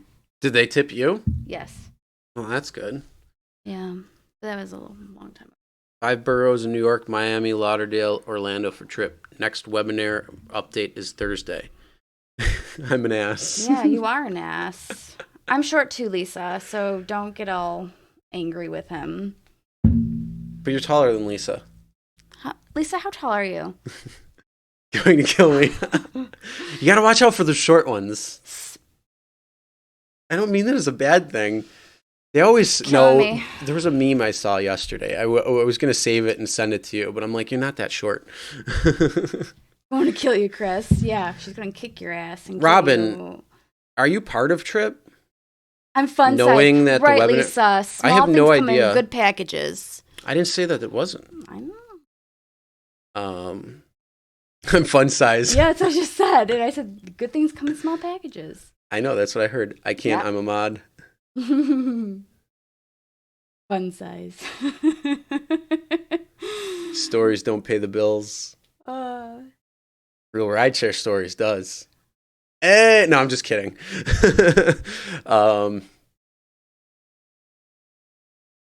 John's 5'7". How tall are you again? 5'10". Yeah. One size. I like that. Wife is 5'1". Oh yeah, nice. You're what, 5'4" 5'4" and a half. Yeah. 5'4" and a half. Between 4'11" and 5'ish. Lisa, did you know they have did you ever do that back stretcher? It's like that thing where you put your feet in and then you start off and then you like rotate backwards and it stretches out. That would be, I don't know, I might get that. I've been thinking about it, stretch out my back with working out. But that might be good. Then you could say you're 5. With Uber getting kicked out of so many places, Trip should be everyone's back up soon. Trip be tripping.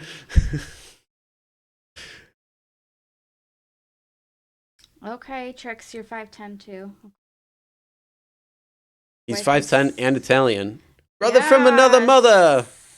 And his wife is 5'1". Stacy's got a question. When we get a rating less than 5 stars without a reason, it should not count against our rating. We don't know what we did wrong to improve, right? Thoughts? How are you able to see over the dashboard? I don't know. Phone book. I'm not in a phone book. No, I'm just kidding. Jeez. Stacy, to answer the question, when you're supposed to get a reason why under 5 stars, but apparently it doesn't go through for some reason. I'm not sure. There should be some sort of feedback some way. I agree with that 100%. I think that we should be able to know if it's something that can be improved, but the only problem is, you can ask a couple of different passengers and say, what would prevent you from rating 5 stars? And somebody might say, oh, because the driver talks too much. And then the next person you ask, the driver didn't talk at all, and I want to talk. So it's like you don't really know what is what because every single person's different and their expectations are different. The thing that I don't like about the rating system, besides it just sucks overall, is that you can just rate somebody poorly just because for whatever reason. Maybe you said no to doing to not allowing something like alcohol in the car when it's not allowed anyway. There's so many problems with it, but there should be something with feedback. And then I think there should be feedback where if it's not the driver's fault, it shouldn't count against you. And that's what it's supposed to be. But yet we never get that feedback, so we don't really know if that's truly the case or not. I'm going to argue that it's probably not, and whatever a passenger rates you is going to you, even though it's not supposed to. So that's my thoughts when it comes down to it. My other half is so short, she uses blocks. When I drive, I have to crank it all the way up because I'm super short too. Oh my God, getting in your car. I know. When I have to get in your car to drive or to move it or something. I'm short. It's like my feet hit the dash or my knees. It's so bad. I've gotten several 2, 3, 4 stars with no reason given. Really kills the rating. Stacy, I'm sorry to hear. Sometimes depending on your market, if it's like a college town, it could just be them being stupid. Unfortunately, the only thing I can tell you is be professional. When the ride starts, kind of make it a little personable, like find out who they are and then say, hey, I'm Stacy. Hope you have a good time or something. She's or like part-time ask with Uber. Okay, yeah. But yeah, there's a lot of different like little things you can do. Make sure you have a clean car. Make sure the windows are clean. Like if you live in an area where you put salt down and the cars are always dirty in the winter, At least make sure your windows are clean, make sure your interior is clean, make sure it doesn't have any smells, either too much in a positive way or a negative way. Kind of keep it as neutral as possible, at least in terms of how the car is set up. And then, just kind of just try to make things personable right away. And a simple question by saying, hey, how's your night going, or how's your day going, depending on the time of day, you can kind of judge if somebody wants to talk or not. And then if they don't want to talk or something, then just let it be. If they do want to talk, you can kind of converse and make conversation that way, and do a few different things. So those are a couple of things you could try to help boost the rating, and hopefully that'll help. If it doesn't, people just rate poorly just because too. So unfortunately, sorry. Where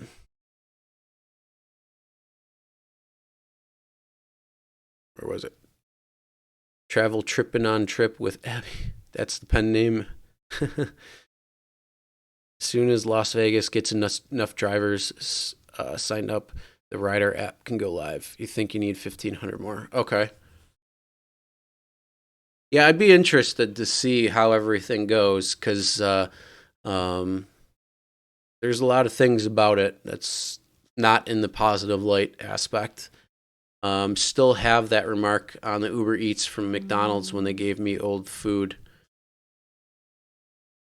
Damn. I don't know how long that takes to even go off. I took Uber Eats off my account about a little over a year ago. So, Stacy, what market are you in? Is it just a college town? Drive mostly at night? It could just be some sour guys who you may have turned down. That could happen too. Lisa, what is the channel called? It's Rideshare Lisa. I think if you click on her thing, it'll take you right to it, or at least it should. If you're on the phone,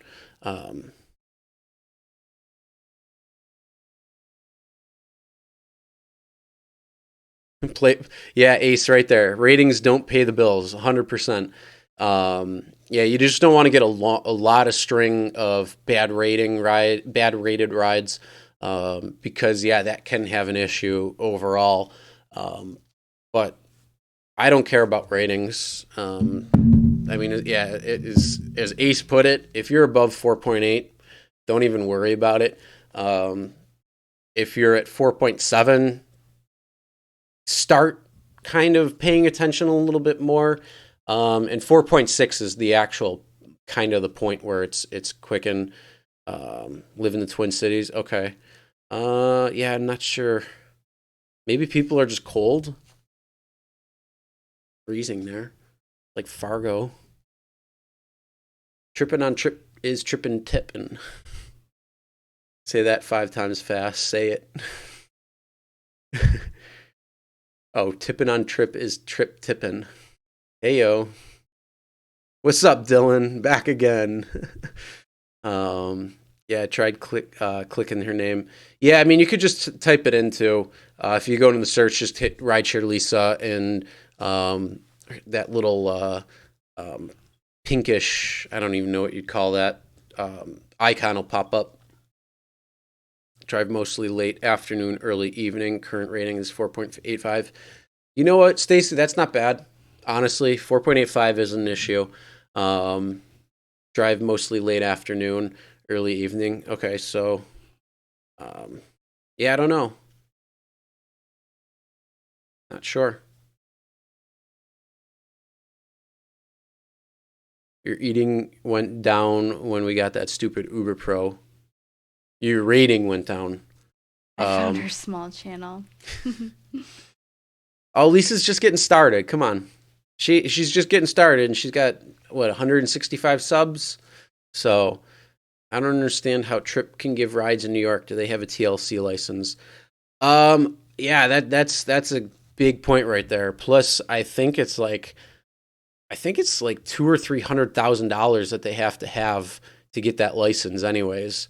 I'm not sure. I mean, I haven't looked into it enough.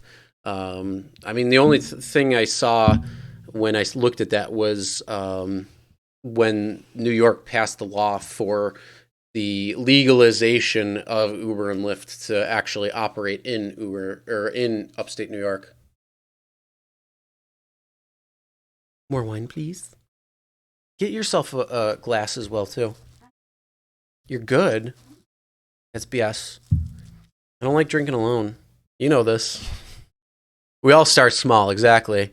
And my channel, I started October of 2018. It took me to March 20th to hit my first 100 subscribers. So, yeah, she's doing pretty good.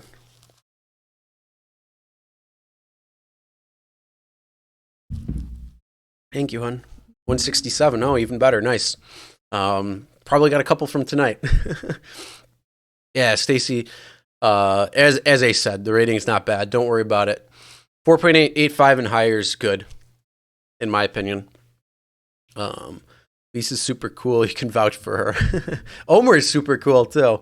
A from England. Hey, hello. Oh my God, what is it? Like 6:30 in the morning there? Ooh. But welcome. England. I've had people on the live stream from Brazil, from Czech Republic, from Australia. So I love the global reach. It's so cool to see people from all over the world. Please don't trust Uber or Lyft. Can we say Stuber? Kind of like the movie. Makes you feel bad when drivers stress so much on the ratings. Matt, I agree with you. I mean, I tried to say the same thing, like, don't worry about ratings. A couple of bad ratings aren't going to make a difference. I feel you right there. Like, it's even on, Facebook group posts, I see people where they're talking about, like, oh, this person I drove gave me a bad rating and I did everything good. And it's like, it's just going to happen. And the sooner you just realize that, yeah, there's going to be a lot. Like, let me see. I'll pull up my rating on my phone. People want to call in, they can.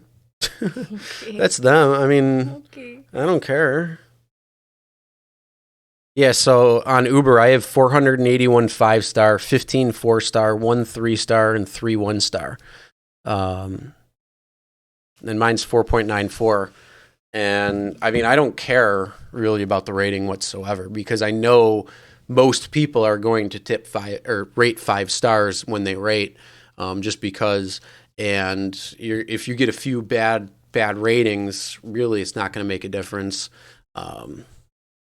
Hey, thanks for the updates, you and Dustin. Good job. Thank you. You missed Dustin. He was on earlier, so you'll have to backtrack. He called in, so he was on. But thank you. Rick, I can't believe you're still alive. I know. Tell me about it. What? It's only 1 hour 47 in. It's only an hour 47. Oh, it's 4:40 a.m. Wow, that's early. Oh my Lord. Or late, depending on how you're looking at it. If you went to sleep yet, or if you're waking up. But no, that's awesome. Thank you for being here and saying hi. But Rick, I was rated 1 star after I dropped a rider at a shopping center. He wanted me to show him where the exact shop he was looking for. I told him this isn't shopping. I told him this is a shopping. It's somewhere. He got mad. Wow. Yeah, we have to cater to them.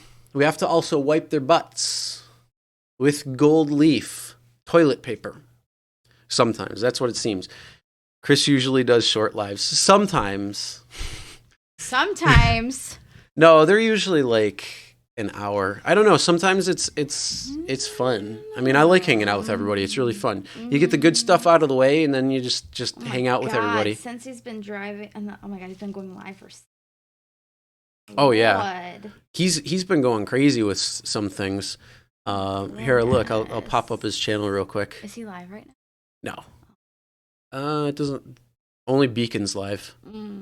No, look, 8 hours, 6.5 hours. Oh this was last night. he streamed this. Oh my god. This was this morning and during the day, 3.5 hours, 11 hours.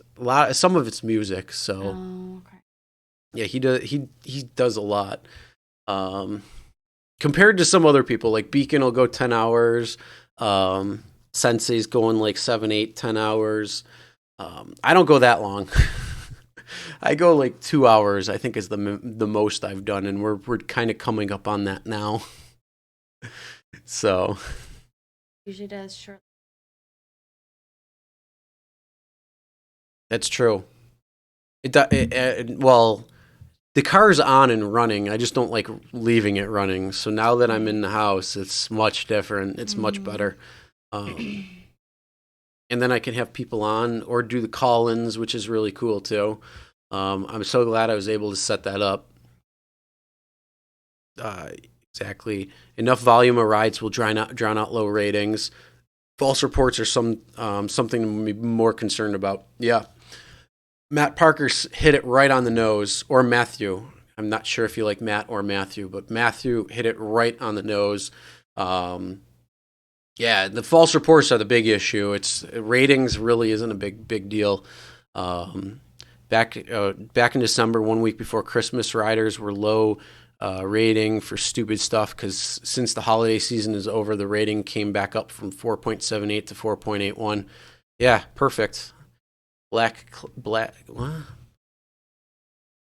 cabs blocked Uber drivers at train station. Ooh, I believe that. But isn't London? I don't know if it's all of England, but I know it's London. They're stopping Uber from driving there. I'm not sure if that's all of England or whatnot, but yeah, cab drivers hate Uber and Lyft drivers. I wish there was one time when I was picking somebody up at the bus station, and there was a taxi cab driver who was saying some crap to me, and I wish I had. This is just before I had my dash cam, and I wish I had it because I would have pointed it at him, and then I would have. That would have been a fun story on here. But he was just a sour old man. I'm like, dude, just come over to Uber and Lyft. You'll make more money. It comes to find out he actually owns one of the cab companies in our area, and that's why. If Pat's still on, I'm sure he's probably heard of him.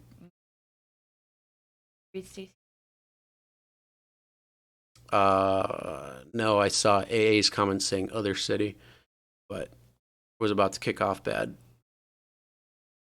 Which one? That's thanks all. I'm out. Okay, have a great night, Stacy. And just in case people may wonder. Oh, sorry. Well, have a good night. Either way, don't stress too much about rating, but have a backup plan. Uber will deactivate you at any time if a rider lie. Yeah, and one of the big things is that's another reason for a dash camera, so you can back it up. And I hope that some drivers will create lawsuits towards passengers who get them deactivated for false claims. It's absolute bullshit that it happens, and not being able to get retribution for it, or even being able to state your case, but them just saying, "Oh, it's a done deal." That'll help. Lawsuits will help passengers maybe think twice about trying to pull stupid crap and say stupid crap, especially like that one passenger who was claiming on a Facebook post that they claim BS all the time to get free food or free rides. And Geo did that video as well too. I think he did that yesterday, which, I mean, absolute BS right there. I think Sensei blocked Lewis last night for being negative. I don't know. I didn't see that part. Say again, I'm sorry. I must, what you said. Oh, the one guy who's the taxi cab driver who likes to get in Uber and Lyft drivers' faces in our area. The old guy, I think he's the owner of one of the cab companies in the area. Do you know who I'm talking about, or have you heard those stories on any of the Facebook pages? Because I've seen them on a few, and I had a little altercation with him, but it was before my my dash camera. So unfortunately, I wasn't able to get that. It only takes one false report. That's the problem. They want a free ride, and drivers have to suffer. It's a problem. And Uber's policy is guilty until proven guilty. Yeah, that's true. Right there. Don't think it was negative. The only negative person was the lady who called her neighbor a lowlife. I think you're talking. Yes. Okay. Thank you. Yeah, it was Liberty. The guy who owns Liberty Cab in our area, he's a sour son of a bitch, and he will anytime he sees Uber and Lyft drivers in our area. So I've been waiting until I see him again, and he likes to hang out at the train station or the bus station a lot. So I'm waiting to be able to get him on camera and post it, because you guys will get a good laugh at it, because I know I did when I had my altercation with them. Liberty Cab owner is an asshole. Yes, he is. Customers love that. You think Uber will finish? Are you talking about in London? AA? I mean, I honestly, I don't know. I don't know what's going on there. I don't know what the issue is. I mean, they're probably not getting the right amount of money that they're supposed to and all this or whatnot. But Uber and Lyft like to operate not necessarily legally in certain parts either. So who knows what's going to happen there. It'll be very interesting to see, though. I mean, they just got the boot from Colombia, too. So we'll see. I text them first. FYI, your star rating is a very low 4.59. I don't even take passengers that are that low. Now, the passenger rating matters. Driver rating, not so much. Passenger rating absolutely matters. Nancy has a Liberty Cab driver forge her name for a $25 tip. Wow. Damn. I hope. What happened with Nancy on that? Did she get able to prove that or whatever? Damn. Rick is right. I don't know if it's a 3 strikes and you're out with Ace. I don't know. I mean, it's kind of both, actually, because certain things that you can get falsely accused for could end in deactivation immediately, like a 1 strike and you're out. But I think they do have like a 3 strike rule policy, even though you can't really verify it anywhere. But I'm pretty sure that they have a 3 strike policy, at least from things that I've heard from other drivers who are deactivated, from other people who are talking. I think it's something like that. Beacon, please change your app. In my place? No, they're not going to go anywhere in my place. The only thing that would happen is, because being in New York, they're going to look at AB5 like legislation, like in California, trying to reclassify drivers as employees. But Uber is trying to do what they can to curtail that and keep drivers independent contractors versus employees. So that, I think, would be the only thing we're really going to see in New York. But I don't think they're going to kick them out anyway. I love taking Liberty Cabs. Drivers wear their PJs all day and smell like shit. No, that's nice. Well, some do. Yeah. Nancy could have sued, but didn't want the headache of it. I hear you. Yeah, that's a pain, but damn, I'm sorry to hear. Wow, that's sorry. You tweeted Uber's support that their stock is broken. They said they'd look into it. Did they give you a nice generic message too? We'll get back to you as soon as we can. It's messed up in the basement. Is Ola in your place? Uber versus Ola. No, Ola. We don't have Ola. I don't even think Ola is in U.S. I don't even think is Ola anywhere in the U.S. Does it operate anywhere? I think it's only Uber and Lyft, and then a couple of the smaller companies. There's a few smaller companies in different markets, but the big ones are really Uber and Lyft. I don't think Ola is though. What's the name of the software I'm using to go live on? OBS. I use OBS. Streamlabs is pretty much the exact same thing, Streamlabs OBS, but I have OBS Studio, and it works really well. There's so many tutorial videos on how to get it to work and how to make it work and all that stuff. So it's actually pretty easy to use.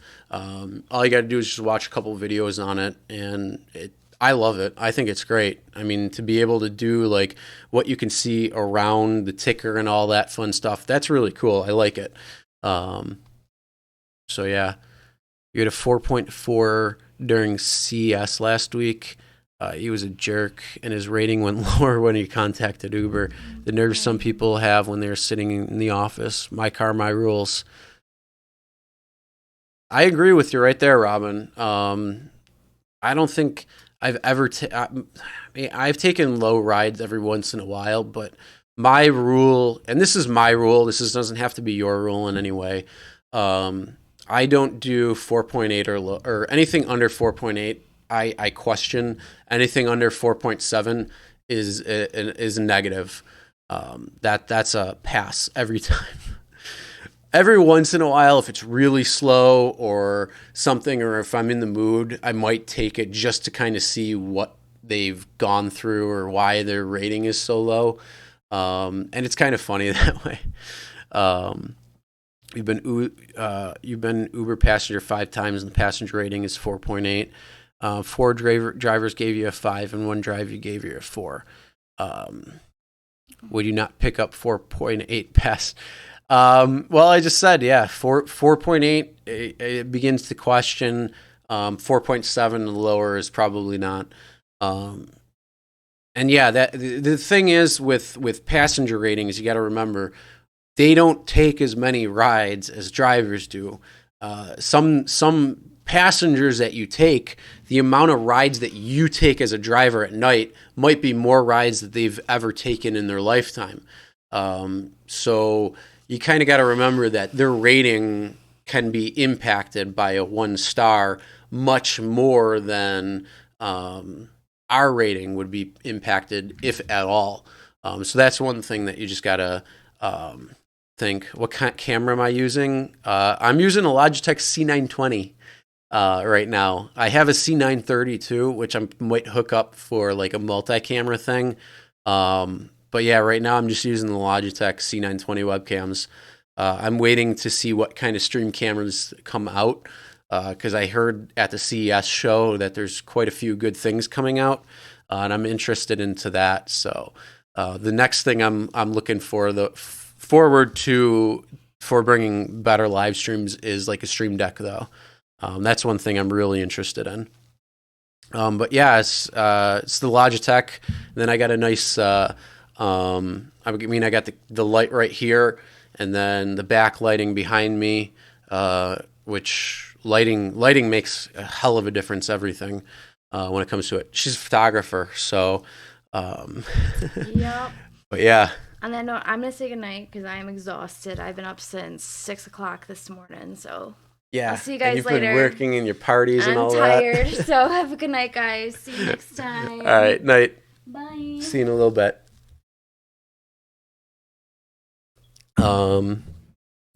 Low star pack should have to pay a tax. I love that idea, Joe. I love it. Speaking of Joe, how's the dash cam going? I hope it's going great for you.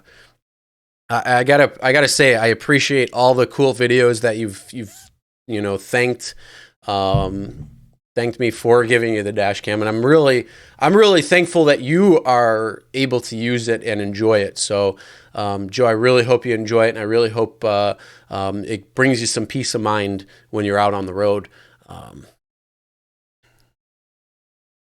Golden rule rules my property, otherwise karma.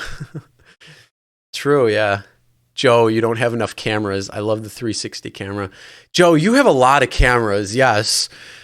I wish I could have that many. I wish I could have a couple of cameras. Oh my God.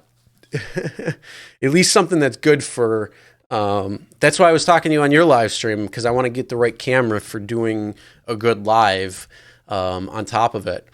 So Lisa said bye. Bye, Robin. You had a 3.59 rejected. Wow. A 4.33 from Singapore tipped me $15.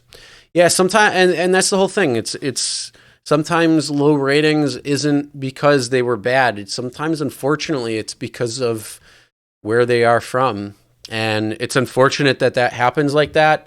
Because when I've taken a couple of lower rated rides, yeah, they're just a certain background and really nice and great people, and it's just drivers being judgmental, and that's a very unfortunate thing, and should not happen. And if anybody's doing that right now, stop immediately, because hey, we're all people and we're all trying to get through this world together, and we just want to try to make the best life that we can. So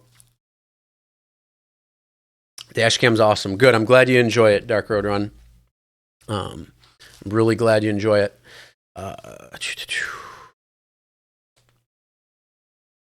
Hey, Donnie's back. What's going on, Donnie?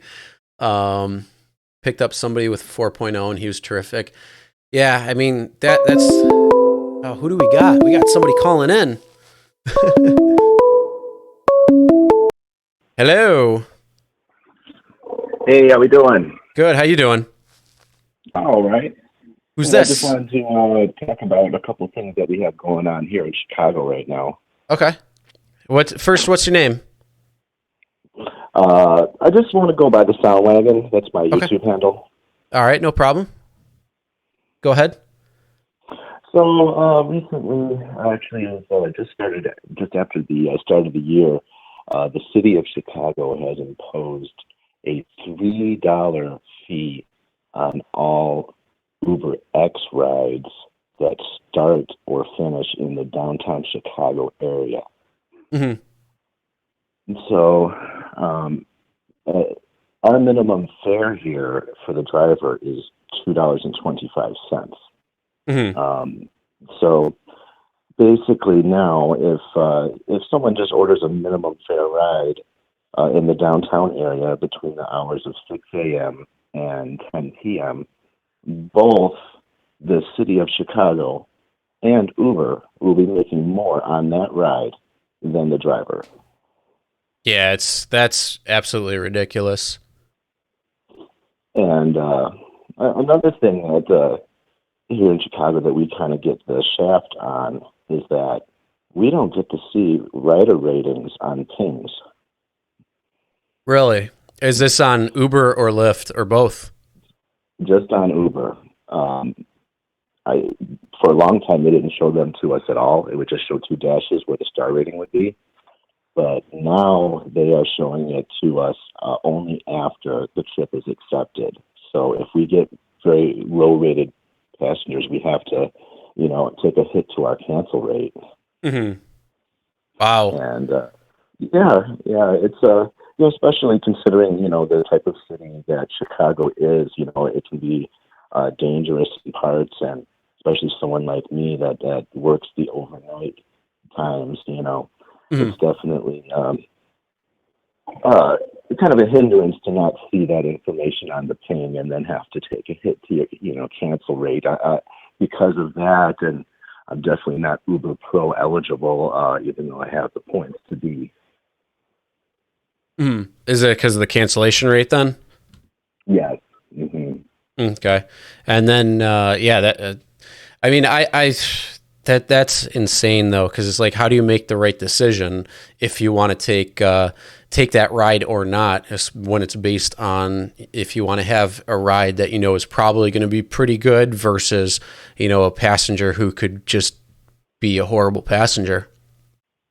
Exactly. And you have to remember to actually check the rating every time, too, in the trip details, because if you don't, then you don't know what you're getting. But yeah, I have to frequently cancel on passengers I see rated, in the 4.5s, low 4.6s, and even I've seen a few 4.4s lately. Mm-hmm. And a lot of times, what I'll do is I'll actually send them a message telling them that their rating is low, and letting them know that that's why they're being canceled on. Mm. Okay. Yeah, I mean that's one way to do it for sure. What's your limit then on what you'll take and what you won't take? For the most part, I like to stay above 6.5 or 4.65. Okay. That's a pretty good level right there too. Yeah, and, it depends on the situation. On a busy night, a 4.71 might get canceled on if things are coming in fast and furious. Mm-hmm. I'm not going to waste my time with that. Also, the later at night it gets, the higher my threshold generally, can be. Yeah, no, I hear you. That's definitely true. However the night's going, that can dictate quite a few different things. Yeah, absolutely. But yeah, that's really all I had for you. Just I like what you have going on your channel. I think you're doing good work here. Just wanted to call in and tell you guys about what we have going on here in Chicago, and some of the challenges with the way that they treat the Chicago market. And also one other thing, in some of these major metropolitan areas, such as Chicago, where it's a huge area. The greater Chicagoland area is just under 10 million people, mm-hmm. whereas Chicago itself is about 2.5 million. And so basically rules that are implemented by Chicago trickle down to the entire market. And I feel like the rates should be different in Chicago versus in the suburbs, where pickups are much longer, and we get burned much worse by long pickups and short rides. Mm-hmm. Yeah. No, I hear you there too. Yeah. I mean, anytime you're in a downtown area or more populated area, your rides are going to be more likely shorter, and the pickup's going to be shorter because there's going to be a higher concentration of people around. Yeah, absolutely. And another thing I wish they would do is, the area that I tend to work is about a good 30 miles outside of downtown Chicago. Mm-hmm. And where are you, in Aurora? Not south of there, more Okay. in like the Frankfurt, Tinley Park, Orland Park area.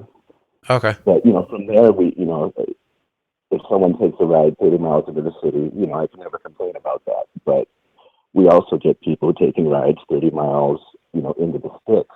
Mm-hmm. And those are absolute night killers. And, I really feel like we need to implement some sort of either a drop fee for situations like that, or, possibly a higher per mile rate. Yeah. Yeah. The pay rate all over should just be a little bit better, or at least not where it's been in pretty much most markets. And it's just as similar whether you're here in my market or in Chicago or in Vegas, wherever you are. The pay rates are not that great when you look at them all over, which is pretty crazy. Yeah, and what's kind of funny is I'm not that far from the Indiana border, and occasionally I'll work in the Northwest Indiana, which is basically a continuation of the Chicagoland area. Mm-hmm. And the rates there are considerably higher. They're almost double the per mile. Here in the Chicago market, it's 64 cents a mile, and in Northwest Indiana, it's $1.24 a mile and 16 cents a minute, and it's 26 cents a minute in the Chicago market. Wow, yeah, that's a huge difference. It really, really is. The problem is that Northwest Indiana market is so incredibly slow that even with that increased rate, it's still not usually worth working that market. But if I happen to be over there, I would literally take someone basically anywhere they want to go at that rate, which I feel is a fair rate. Mm-hmm. Yeah, I honestly, I'm right. Anything over $1, I think, is going to be much better. So a lot of markets are under $1 and per mile. And I think it should be at least $1 a mile. Yeah, $1 a mile, and minimum fare being no less than $5. Yeah, that would be really good right there. And then also some sort of stipend on the longer ride pickups. That would be good. I mean, Uber does it, but it doesn't do it until a certain time frame is met. Yeah. Here in the Chicago market, it's a 9-minute threshold. Okay. So generally, most pains that say like 12 minutes, you end up getting there in right around 9 minutes.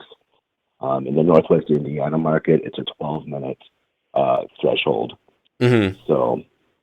So in that market, if the 20-minute away ping, which can happen because the area is rather spread out, that could actually be rather beneficial, especially at the $1.24 a mile.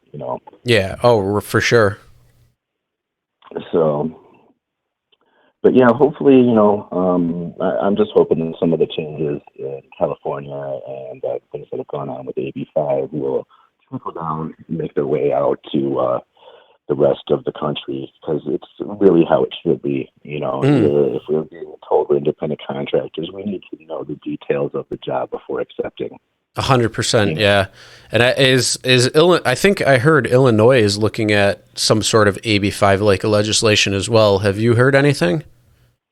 I haven't personally heard that, but it wouldn't necessarily surprise me. Okay. But generally, as far as Chicago goes, they don't make much legislation that doesn't benefit the city itself. That's the one thing that the city is very good at, is getting money. Oh yeah, I mean, parking, just trying to park there and pay is insane. Absolutely, and actually, we have the red light cameras, throughout the city, and the yellow lights that are within city limits are actually about a good second shorter than they are in the rest of the state and basically the rest of the country. Mm-hmm. Red light cameras are a horrible thing, and they do that because the amount of money that they're supposed to make, that they cut the yellow light down so more people are running red lights and they collect the money. Exactly. And then the city of Chicago actually just passed legislation about a year ago that said that if any rideshare drivers owe money to the city, then the companies must suspend them until that is paid. So I had gotten a red light camera ticket. It was literally by a fraction of a second, and I would have totally made the yellow light if it had been the normally timed yellow light. Mm-hmm. I didn't pay it right away. Things are tight. Hey, we're Uber drivers. Things are tight. So, didn't get paid right away. Kind of forgot about it. The fine doubled. And next thing I know, I'm deactivated. And in order to rectify that ticket, it was $244 right to the city, to be able to be reactivated. Wow. Yeah. That's like I said, that's the one thing that the city is really good at, is getting their money. So. Oh yeah, especially with that new tax. We're just going to start seeing how, or if it's going to impact how riders will operate. But yeah, it's pretty crazy though if the minimum ride is less than the tax that they're collecting, as well as the booking fee and their service fee that they're going to collect. Exactly. And the one thing about that rule is that Uber pool rides are only taxed 69 cents in that downtown area. And, the whole thing that the new mayor was saying, that the reasoning for doing that is to alleviate congestion and to encourage more shared rides. Mm. So yeah, I think that I don't particularly work in the downtown area during those times, but the drivers that do are definitely going to see an increase in pool requests. And in that market, we also have the express pool option, which anyone who has that in our market knows what a nightmare, what a poorly designed product that is. Yeah. You know, especially when people are trying to, what you call it, when they're not walking and all that. Exactly. You know, it makes it easy to collect cancel fees, but in my opinion, it's not worth the hassle. And anyone out there who might find this information useful, the way to tell the difference on things is pool will be capital P all lowercase, you know, capital P lower O-O-L. Express pool will be all caps when the pins come in. So that's a way to kind of tell the difference on the pin. There is no other difference as far as, you know, to know whether it's express pool or not. All right. Well, thanks for sharing that. I don't have pool in my area, which is great. Dark Road Run just commented saying express pool is the devil. So a lot of people don't like that. But yeah, that's a great way to know the difference between pool and express pool is the capitalization or the lower case of it. Yeah, for sure. So, right. I'll let you go. And I just want to say thanks for giving me a voice here for a minute. Like I said, I like what you're doing with your channel, and keep on keeping on. All right. Thank you very much, and thanks for the call. Yep, no problem. Have a good night. All right, you too. But yeah, no, that was a great tip at the end there. You know now if it's Pool Express or Pool just by the capitalization or the non-capitalization of the word pool. So you'll know right there. Yeah, Dark Road Run just commented too, saying capital pool is express pool. So if pool is in your market and you want to avoid express pool over pool or just avoid it altogether, that's kind of how you can tell the difference. So thanks for that tip right there. Because like I said, I don't have pool in my area, and I'm really grateful for that because I don't like pool and I don't want to even take part in it. Express pool packs are the best. Oh, Ace, that's funny. Never had the pleasure of pool on Long Island. The only pool I like is the pool in the backyard. Oh man, you guys are funny now.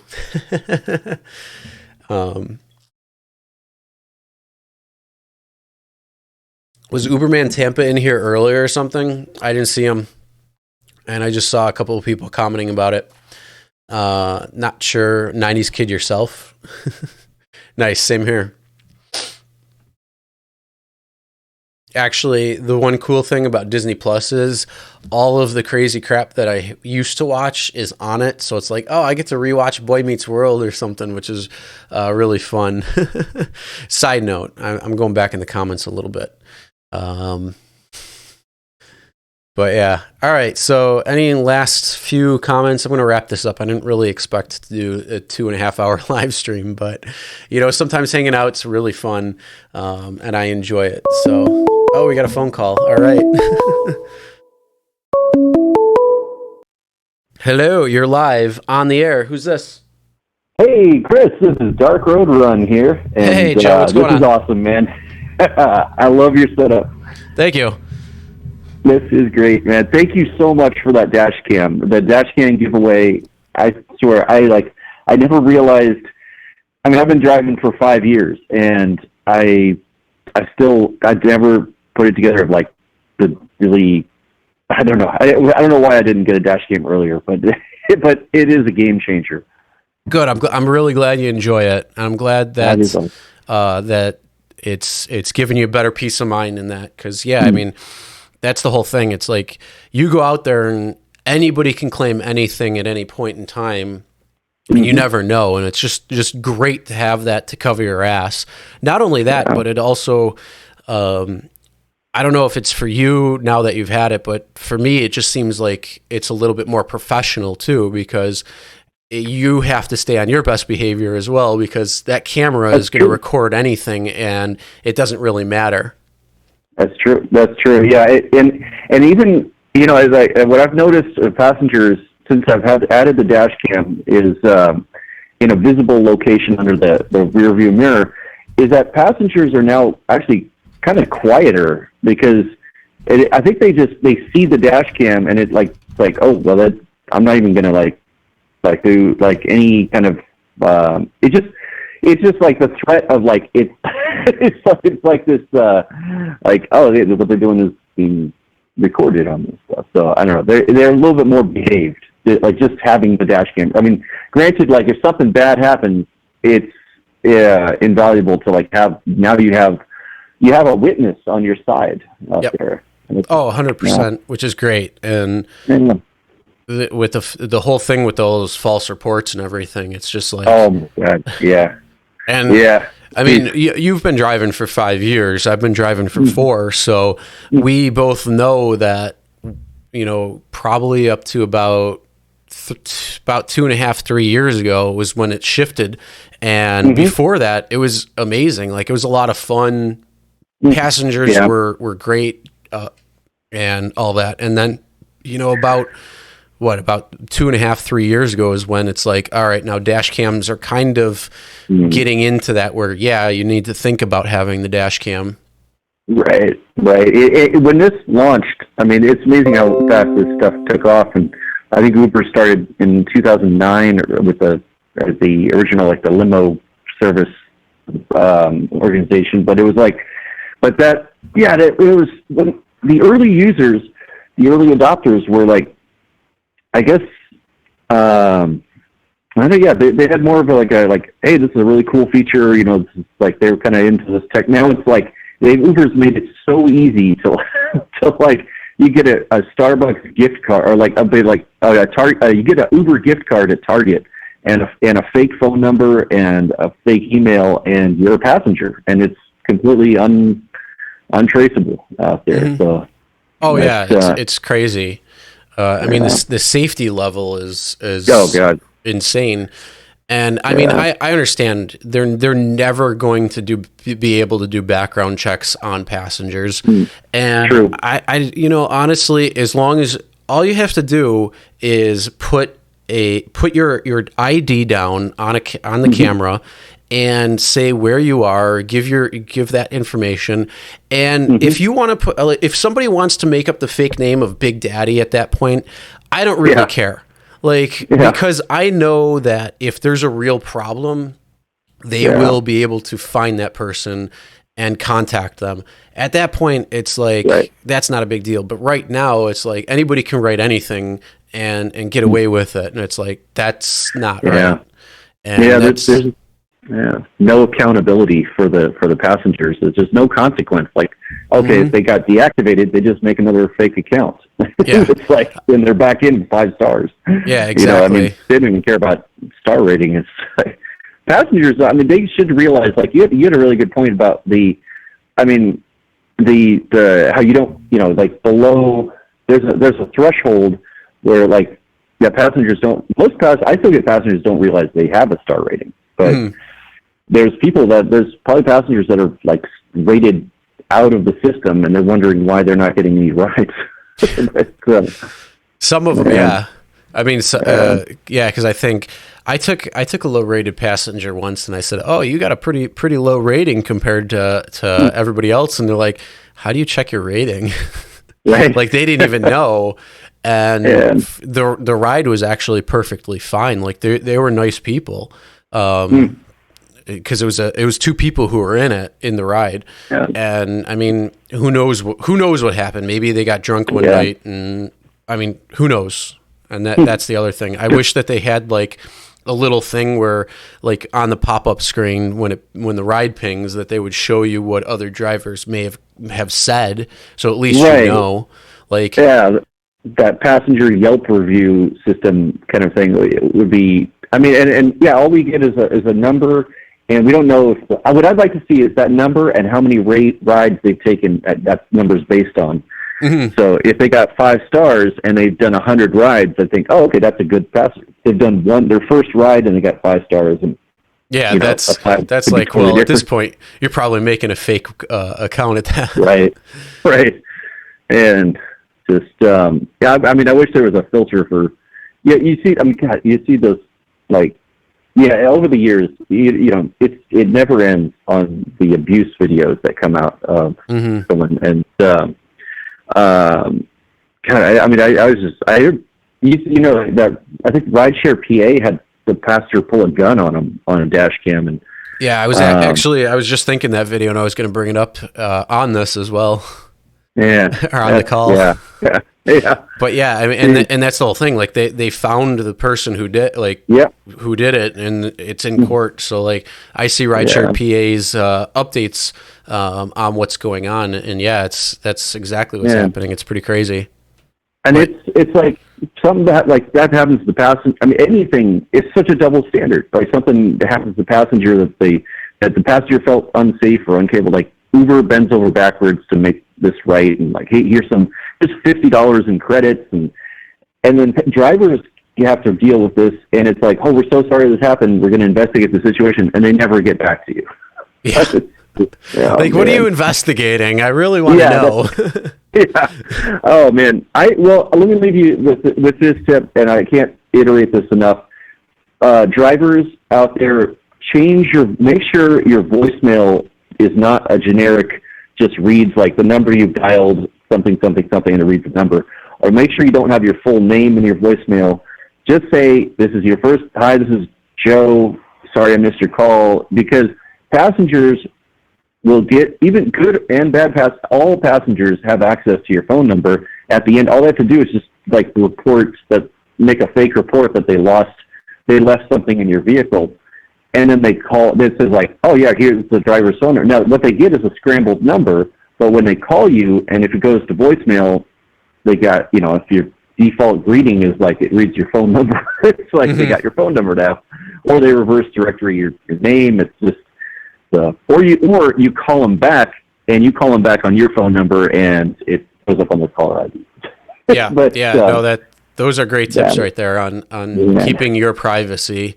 Absolutely. And protecting yourself 100%. Yeah. Well, thank you, sir, for what you do. And you are definitely sharing much more than your ride out there. You're sharing your advice. I would say, like, rideshare YouTubers are the real driver support out there. And I know you guys, I've been following you guys for years, and it's like totally unappreciated by these companies. Like, these companies like don't even recognize that you guys even exist. There's no end of the year thank you note of like, hey, thanks for all the drivers' advice you've helped.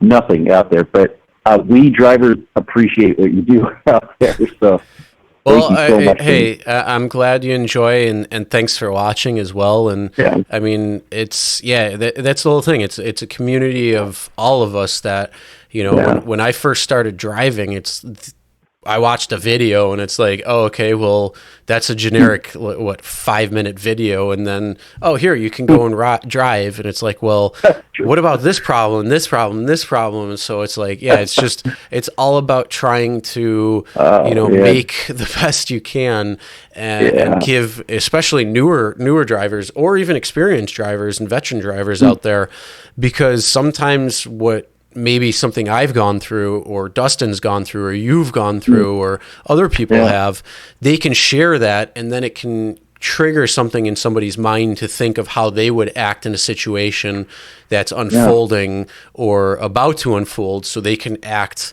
accordingly, instead of kind of being in this, like, trying to evaluate everything and do or actually do what you're doing, and then think of the options that you have available all at the same time. Right. So, and if you don't know, if you go through this and you don't have to see any other examples of what other people went through, I made mistakes when I first started, and there wasn't any rideshare YouTubers. I thought they were my fault. I would make mistakes thinking like, oh man, I screwed up. I may have said something that like I made or something that's like, I would blame myself on it. And then I realized, I started watching other YouTubers, and they're like, oh no, they had that problem too. It was the app, and it's Uber's, the protocol, or how long you're supposed to wait for a passenger. It's just like, Yeah, I mean, yeah, that's right there. I mean, you said it too. Like, I didn't really see anything besides, like I said, that training video that Uber had out when I first started, and it's like it's crazy because it's such a lack of, and it just shows you, like, when you like dive into it, that they don't care. They just want their money. And some people are using this as a full-time source of income. Others are using it for a hustle or extra income. And there's so many variances on what you can and can't do. And there's so many things, like within even the terms of service, like how many drivers are giving rides to anybody 18 or under 18 unaccompanied minors. How many are allowing alcohol in their car, not realizing that it's not the same rules as like a limo or a limo bus or something that has those special rules where, you can drink in the vehicle itself, but you can't drink in a personal vehicle. And not knowing those things, I've made mistakes too at the beginning, and then, I have to do my research, and if other people can do their research by watching me or Dustin or others, I'm glad I can share the information. Yeah, and I know we are so much more than drivers out there. We're counselors, bodyguards, babysitters. Oh my God, yeah. It's just, and you're doing the Lord's work out there. So I appreciate that, man.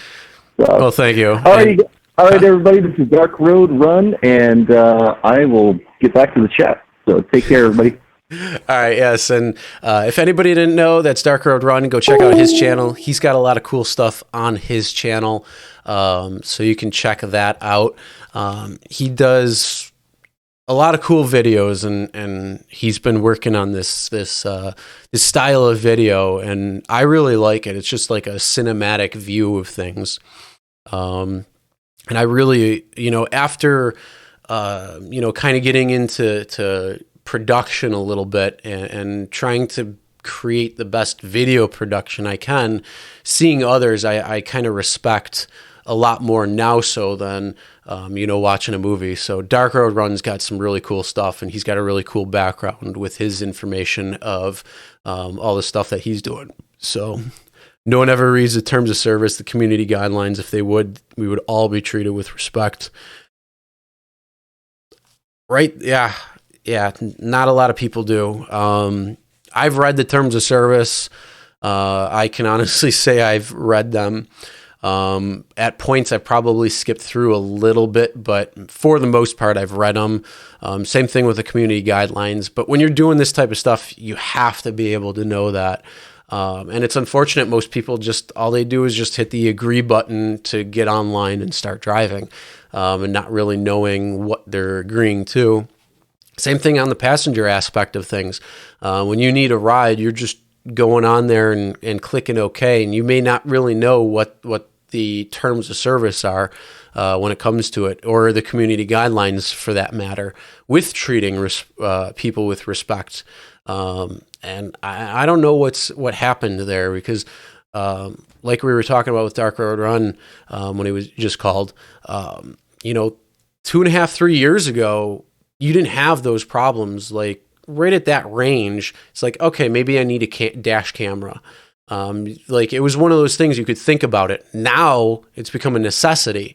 So it's just how things happen, and it's the atmosphere that Uber and Lyft have created and then allowed. And that's one of the issues. So hopefully at one point that'll change a little bit. I don't know. We'll see. Whatever Uber investigates is a secret. Don't you know that? I do know that. In fact, I actually know I know a little bit more too than the average driver, because I actually know people who work at Lyft, and I've talked to them about how they do investigations, and the people that work at Lyft don't even know. It's a small group of people that it's compartmentalized so much that they don't know what's going on, and even how it's the safety team that evaluates everything. And beyond that, who even knows what their real investigation is? Their investigation is, oh, we did something about it, so we stopped them for 24 or 72 hours or whatever it might be from driving, so it takes the liability off of Uber or Lyft. That's more than likely what it is. That's creepy. Pax can hear the voicemail. Should just disconnect if unanswered. I don't know if the software in phones is that accurate yet. Because if you answer the phone versus not, it could be somebody just answering the phone, or it could be a voicemail. I don't know. But yeah, it's something where you got to watch out with the voicemail. All right. Hello, you're live on the air. Can I help you? Hi, this is Robin. I'm trying to figure out how this works while I can watch you while I'm talking. Or do I have to hang up one of you? It's gonna the live stream itself is gonna be probably about a 20-second delay or so. Okay, I shut it down. Okay. Okay, this is cool. You guys, you're really doing something, Chris, that I've been waiting for. This is something that I think all of Congress needs to be watching. All of the people who are writing these bills in other states. Shannon Liss Riordan, the attorney who won the class action against Uber in Massachusetts, I believe she's now running for Senate. Mm-hmm. The whole gig economy, when I think of a gig, I think of a band on stage for a weekend. I am so new to this.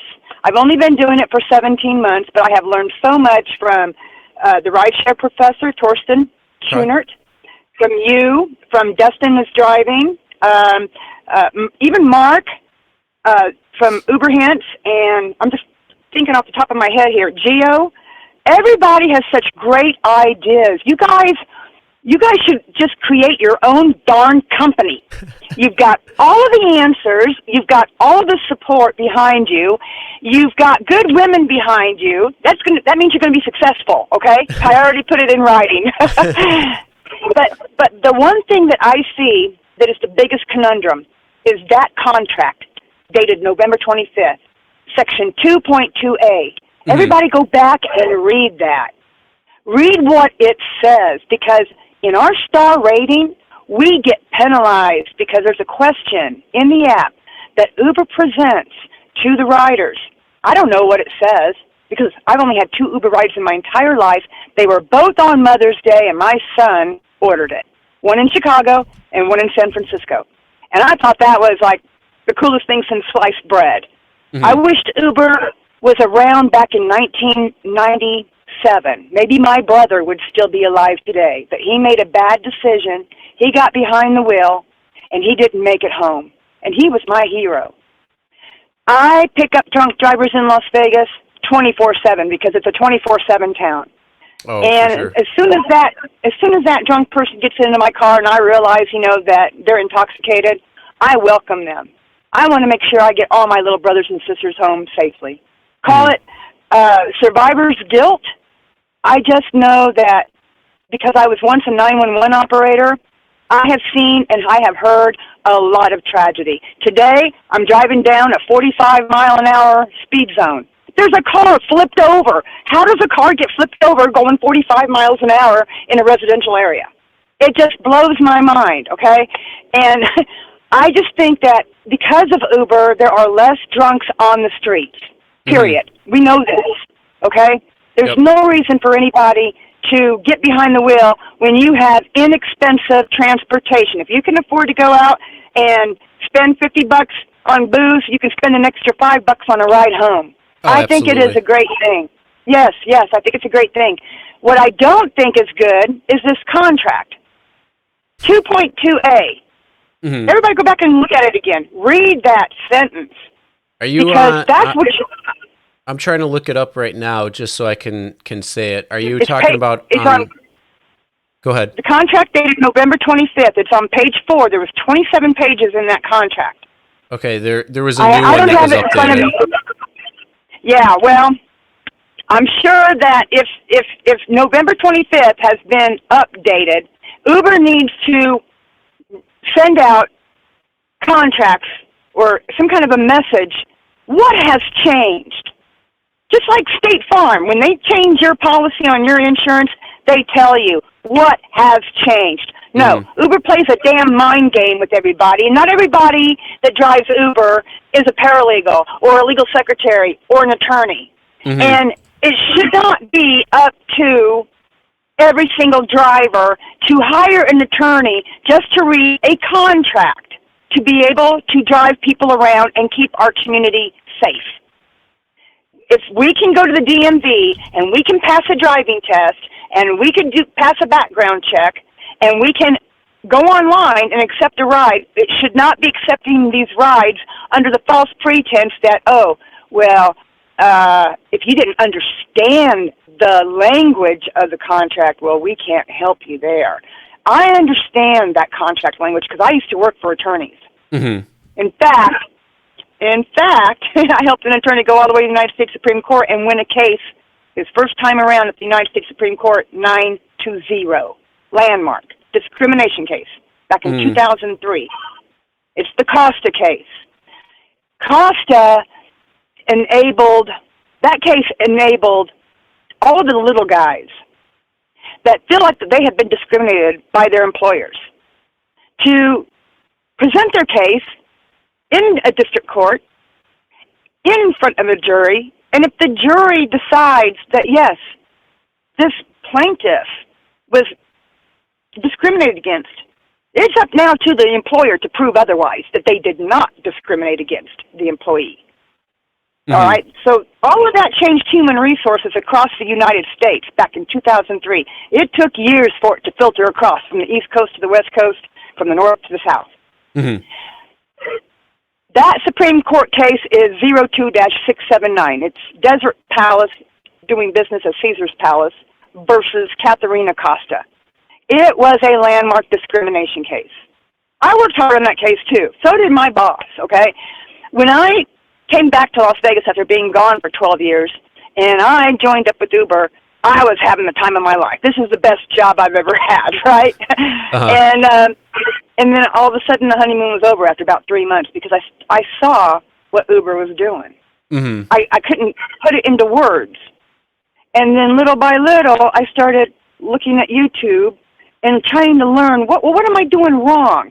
Why is it that my ratings are all of a sudden dropping? Well, it wasn't because my service had changed. It was because I understood what was going on with an algorithm. I understand that the people behind the algorithm create the filters and the delimiters. And the algorithm, the ping, the whole GPS thing, the science behind it is phenomenal. Oh, yeah. But the greed behind it is unconscionable. Yeah, and for Uber to have so much money, I think Travis Kalanick is a genius. Okay, when I first went on to my very first YouTube channel, it happened to be with Torsten Kuhnert, the rideshare professor. I found him by accident. I didn't even know how to do YouTube 6 months ago. Okay, and he had a thing in his the live stream or the live chat, and there was a picture of an animated picture of Derek Khosrowshahi and Travis Kalanick. And so I thought I was actually talking. I thought I could actually talk to Travis Kalanick, and I wanted to thank him for creating Uber because. And I had said, I wish that you had created it sooner. Maybe my brother would still be alive. And because I didn't know that it was a ploy, like I said, I was just now, just been learning about it. Torsten took that off, and now I understand about some of the gimmicks. You can even put Trump's face up there and say things. So, and I understand trolls now. I think I'm not sure.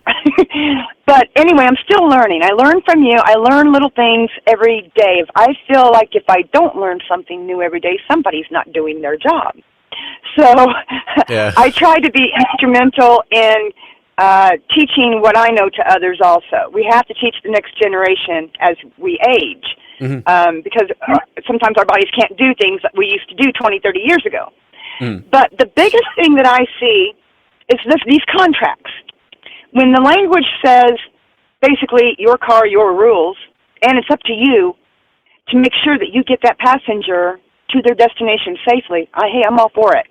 But in the next 3 or 4 sentences later, if a rider gets asked a question by Uber about our service, and if they star us negatively, well, I'm sorry, that goes in reverse of what the contract is with the driver. It's our car, our rules. We are the independent contractors, okay? If they don't like our service, tell me to my face. If you want me to do something that's going to make you a future client of mine so that I can build my business, I want to know. Uber does nothing of such, okay? They don't give us any kind of real feedback. They just make us feel bad about ourselves. Yep. What did we do wrong? Our star rating just dropped. Just like Lisa had mentioned, I went from Diamond Pro, and in 3 days I was off because I wasn't feeling well. And when I went back to work, I got really bad rides over and over and over. And it was like a full moon, or everybody was on the rag, or something to that effect. And I was like, what's going on here? I'm a good person. I give the same service to everybody. And all of a sudden, I'm down to gold. Boy, did I feel bad. I'm like, what? I just lost all my benefits. And then another thing that I uncovered was, hey, when you're Diamond Pro and you got 3,000 rides behind you, Uber will pay for your college tuition at ASU. Well, that's what they say. Are you ready for this? Go ahead. I was at 2,998, and when one of my riders got in, this has been a few months back, I said, "Wow, you're helping me go to college." He's like, "How's that?" And I go, 2 more rides from now, I'll have 3,000 rides. He goes, "That means I'm 2,998." And I said, "You got it." I should have taken a picture of it. In fact, Uber told me, like, 18 rides later when I called him up and I said, "Hey, I just tried to apply online through ASU. I know I'm over 3,000, and it says that I don't qualify yet, but I have to take another 117 rides. What's up with that?" And the lady told me, "Well, did you take a picture of it?" I said, "What? Do you have proof that you got 3,000 rides?" And I said, "Well, I don't know. Hang on." I went back and I looked, and I was way back, like 2,800 something. Wow. And I said, I know I'm not dyslexic. And I said, I know I just had this conversation with somebody also and showed them. And she said, "Well, just take more rides. Just take more rides." But here's the proof. I went back home later on that night. I had printed out every single weekly earnings in chronological order, had them sitting on my counter. And then I took my phone, and I went week to week to week to week. Guess what? The whole week of April 1st through April 7th was taken off of my phone. That means the algorithm was changed. Wow. They deleted the whole week out of my phone, out of their records, thinking that I would not catch it. Wow. That's crazy. So, everybody, listen up. When you go to do your tax return, look at your 1099-K form. They are going to do this year probably what they did to me last year. I called them out on it. I asked them for corrected 1099-K. I've been ignored over and over and over. What they do is they take your weekly numbers, put them into a monthly summary. That monthly summary figure is what they put onto the 1099-K. Look at your 1099-K from last year if you were driving last year. and then compare it to your weekly statements. Uber over-reports all of my rides every month from January through June. Now, I haven't audited June through December this year yet, but I'm going to. That's good to know. The figures on your 1099K, they'll report each month what all of your rides were. Now, on their monthly summary, they take those figures, they put them on the 1099K.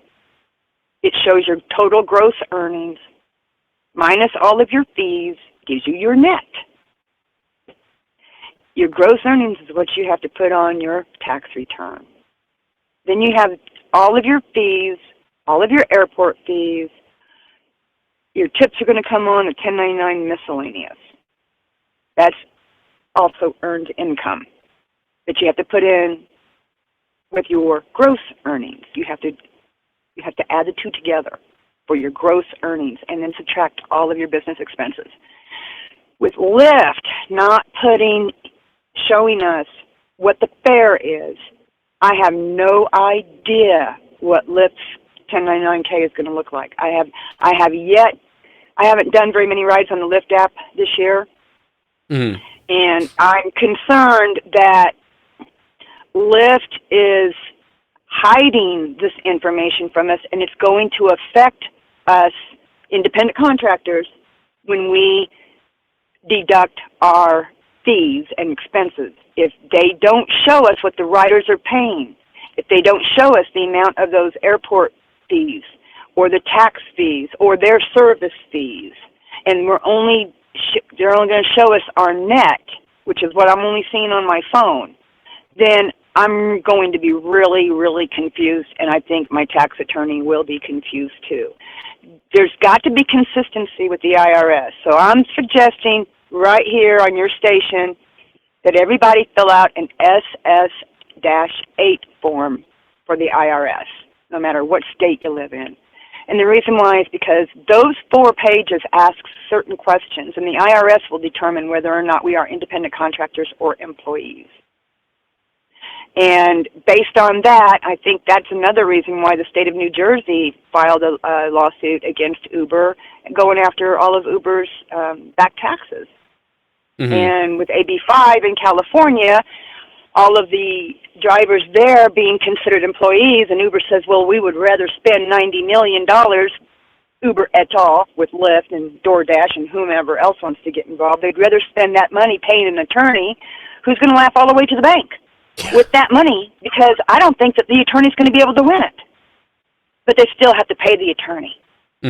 So it doesn't make any sense to me why Uber would fight and pay the attorney and lose, and then the drivers lose too, because they're not really independent contractors. They can't grow their business. They're going to settle for less.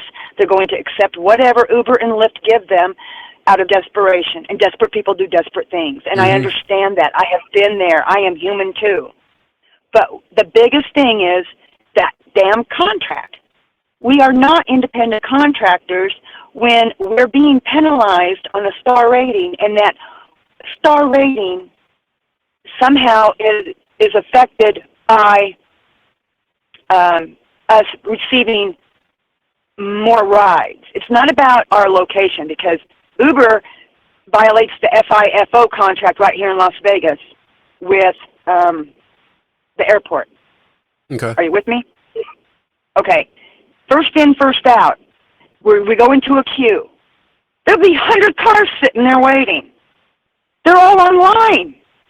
And Uber wants me to go ahead and start heading towards the airport. I've got 56 cars waiting in front of me. I'm like, why are you wanting me to go to the airport now? It's a ghost ride. There's no contract behind it. And if we get up, if anybody in Las Vegas gets up to that spot where Terminal 1 and Terminal 3 break away, and Uber has not given us a ride yet, and we head towards Terminal 1 because that's the route on the map, and then when we get to the terminal, there's no one there to pick up, we get a message, head back to the waiting lot.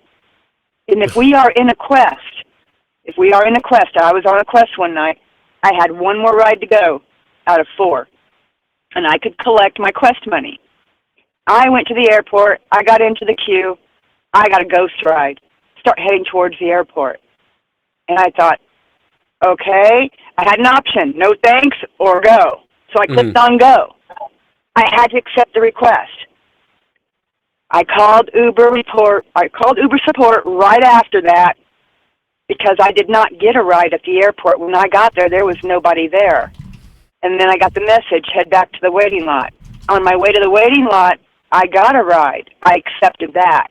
And I did collect my Quest. However, I called Uber support and I asked them, I said, had I not accepted that ghost ride with no contract behind it, would I have lost my Quest? And she said yes. Wow. That is an Uber scam. That is theft of services. That's making me go after a person that's not there just so that Uber could cheat me out of a bonus at the last minute. I only needed one more ride, and I would get that Quest. And if I had said no, I don't want to take a ghost ride because I don't want to risk going all the way to the airport and there not being somebody there, I would have lost my bonus. Wow. Yes, and so there's so much that Uber's doing to the drivers. I can't think of anything other than this: fraud, exploitation, coercion, intimidation, theft of services. 5 things right there. And I just think that every congressman, every senator, every attorney that deals with employment law, they need to really look good and hard at those 5 things that affect drivers all over the United States on a regular daily basis. And for what? So Derek Khosrowshahi can walk away with $45 million a year? So that the stockholders can lose money? They're thinking, wow, we're investing all this money in there, but how come they're not showing a profit? Because we've got all of these thieves out here now, a culture of thieves called riders who want a free ride on the expense of the driver who's driving their personal car in their community. Could be my next door neighbor, could be your next door neighbor, and they want a free ride. Everybody wants a free ride, and it's got to stop. The respect has got to be put back into our communities because Uber has created a culture of thieves who now have become dependent upon rideshare, and we cannot sustain. Couldn't say it better.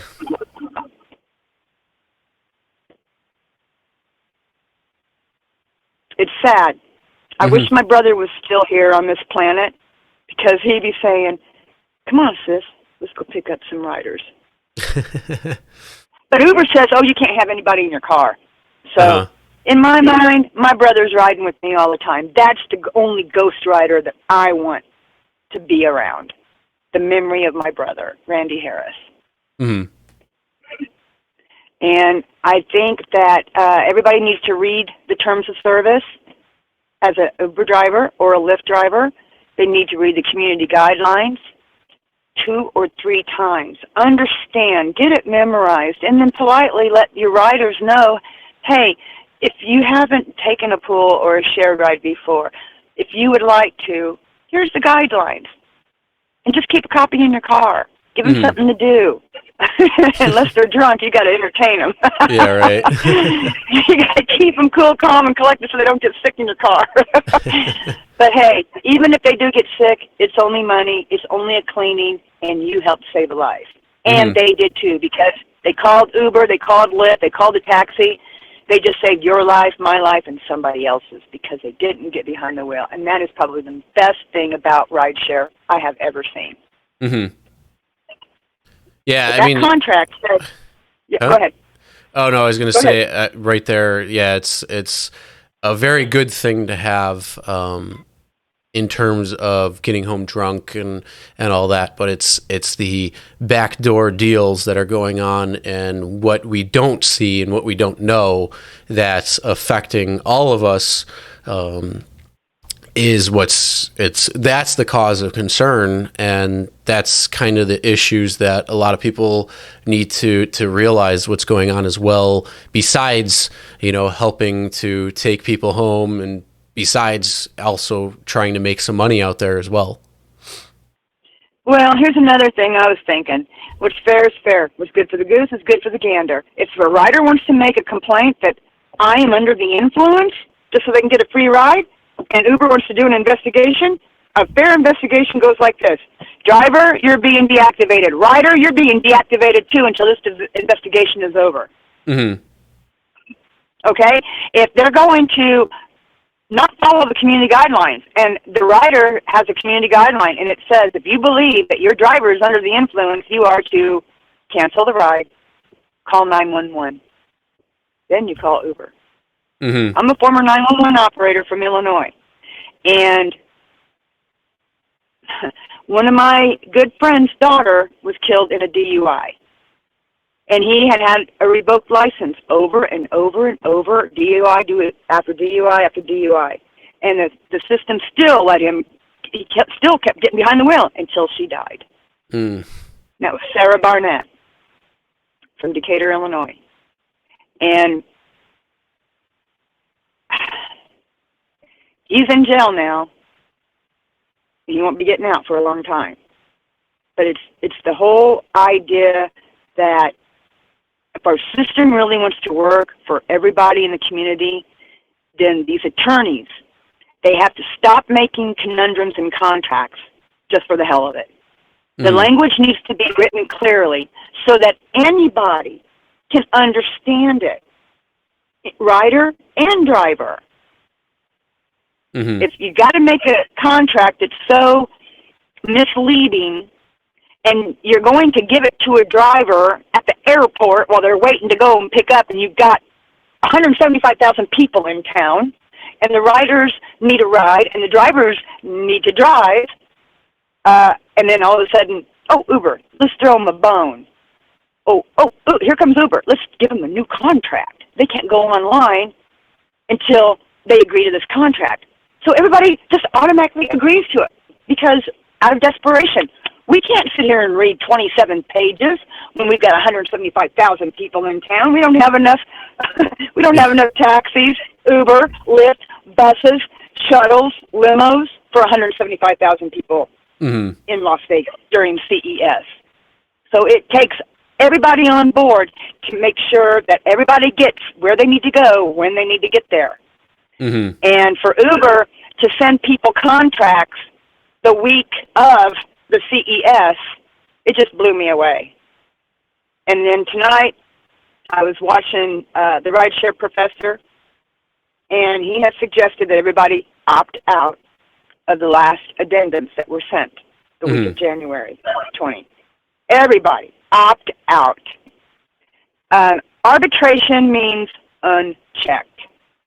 And if you go into arbitration over anything with Uber, they're just going to give you a little bit of hush money. And then you can't talk about it, blah, blah, blah, blah, blah. And then the shit just keeps happening over and over and over and over again. And that's what Uber wants. And it's time to make it stop. We all do need to join together. Everybody opt out. Wherever there's a contract with Uber and there's an arbitration clause, opt out of it. Because attorneys don't even want to try to fight Uber at all if they know that they can't win it. Because it takes money to fight, and it takes a long time. Our system can work for the good, but it's got to be something, it's got to be so simple that everybody is overlooking it. And that is what Uber is hoping everybody is overlooking. And if you look at the contract dated November 25th, look at section 2.2, parentheses, A in parentheses. 2.2a. Everybody should be reading that for themselves and determine what does that mean to you as an independent contractor.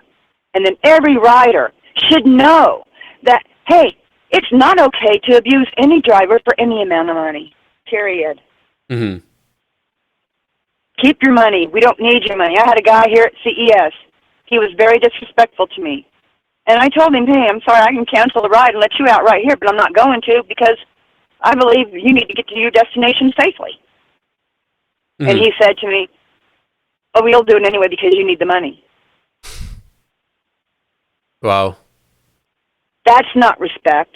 No, not at all. That is somebody sitting in my back seat in my office telling me to do what they want for $5.36. Mm-hmm. Yeah, I'm sorry. You know, I don't need your money. I don't need your attitude. I am here to help our community, not hurt the community. Mm-hmm. And if a rider in the back seat pisses off the wrong driver, that driver could very easily get into a car accident. Mm-hmm. So all riders need to be aware of their behavior in anybody's car because you just don't know what the other person's going through.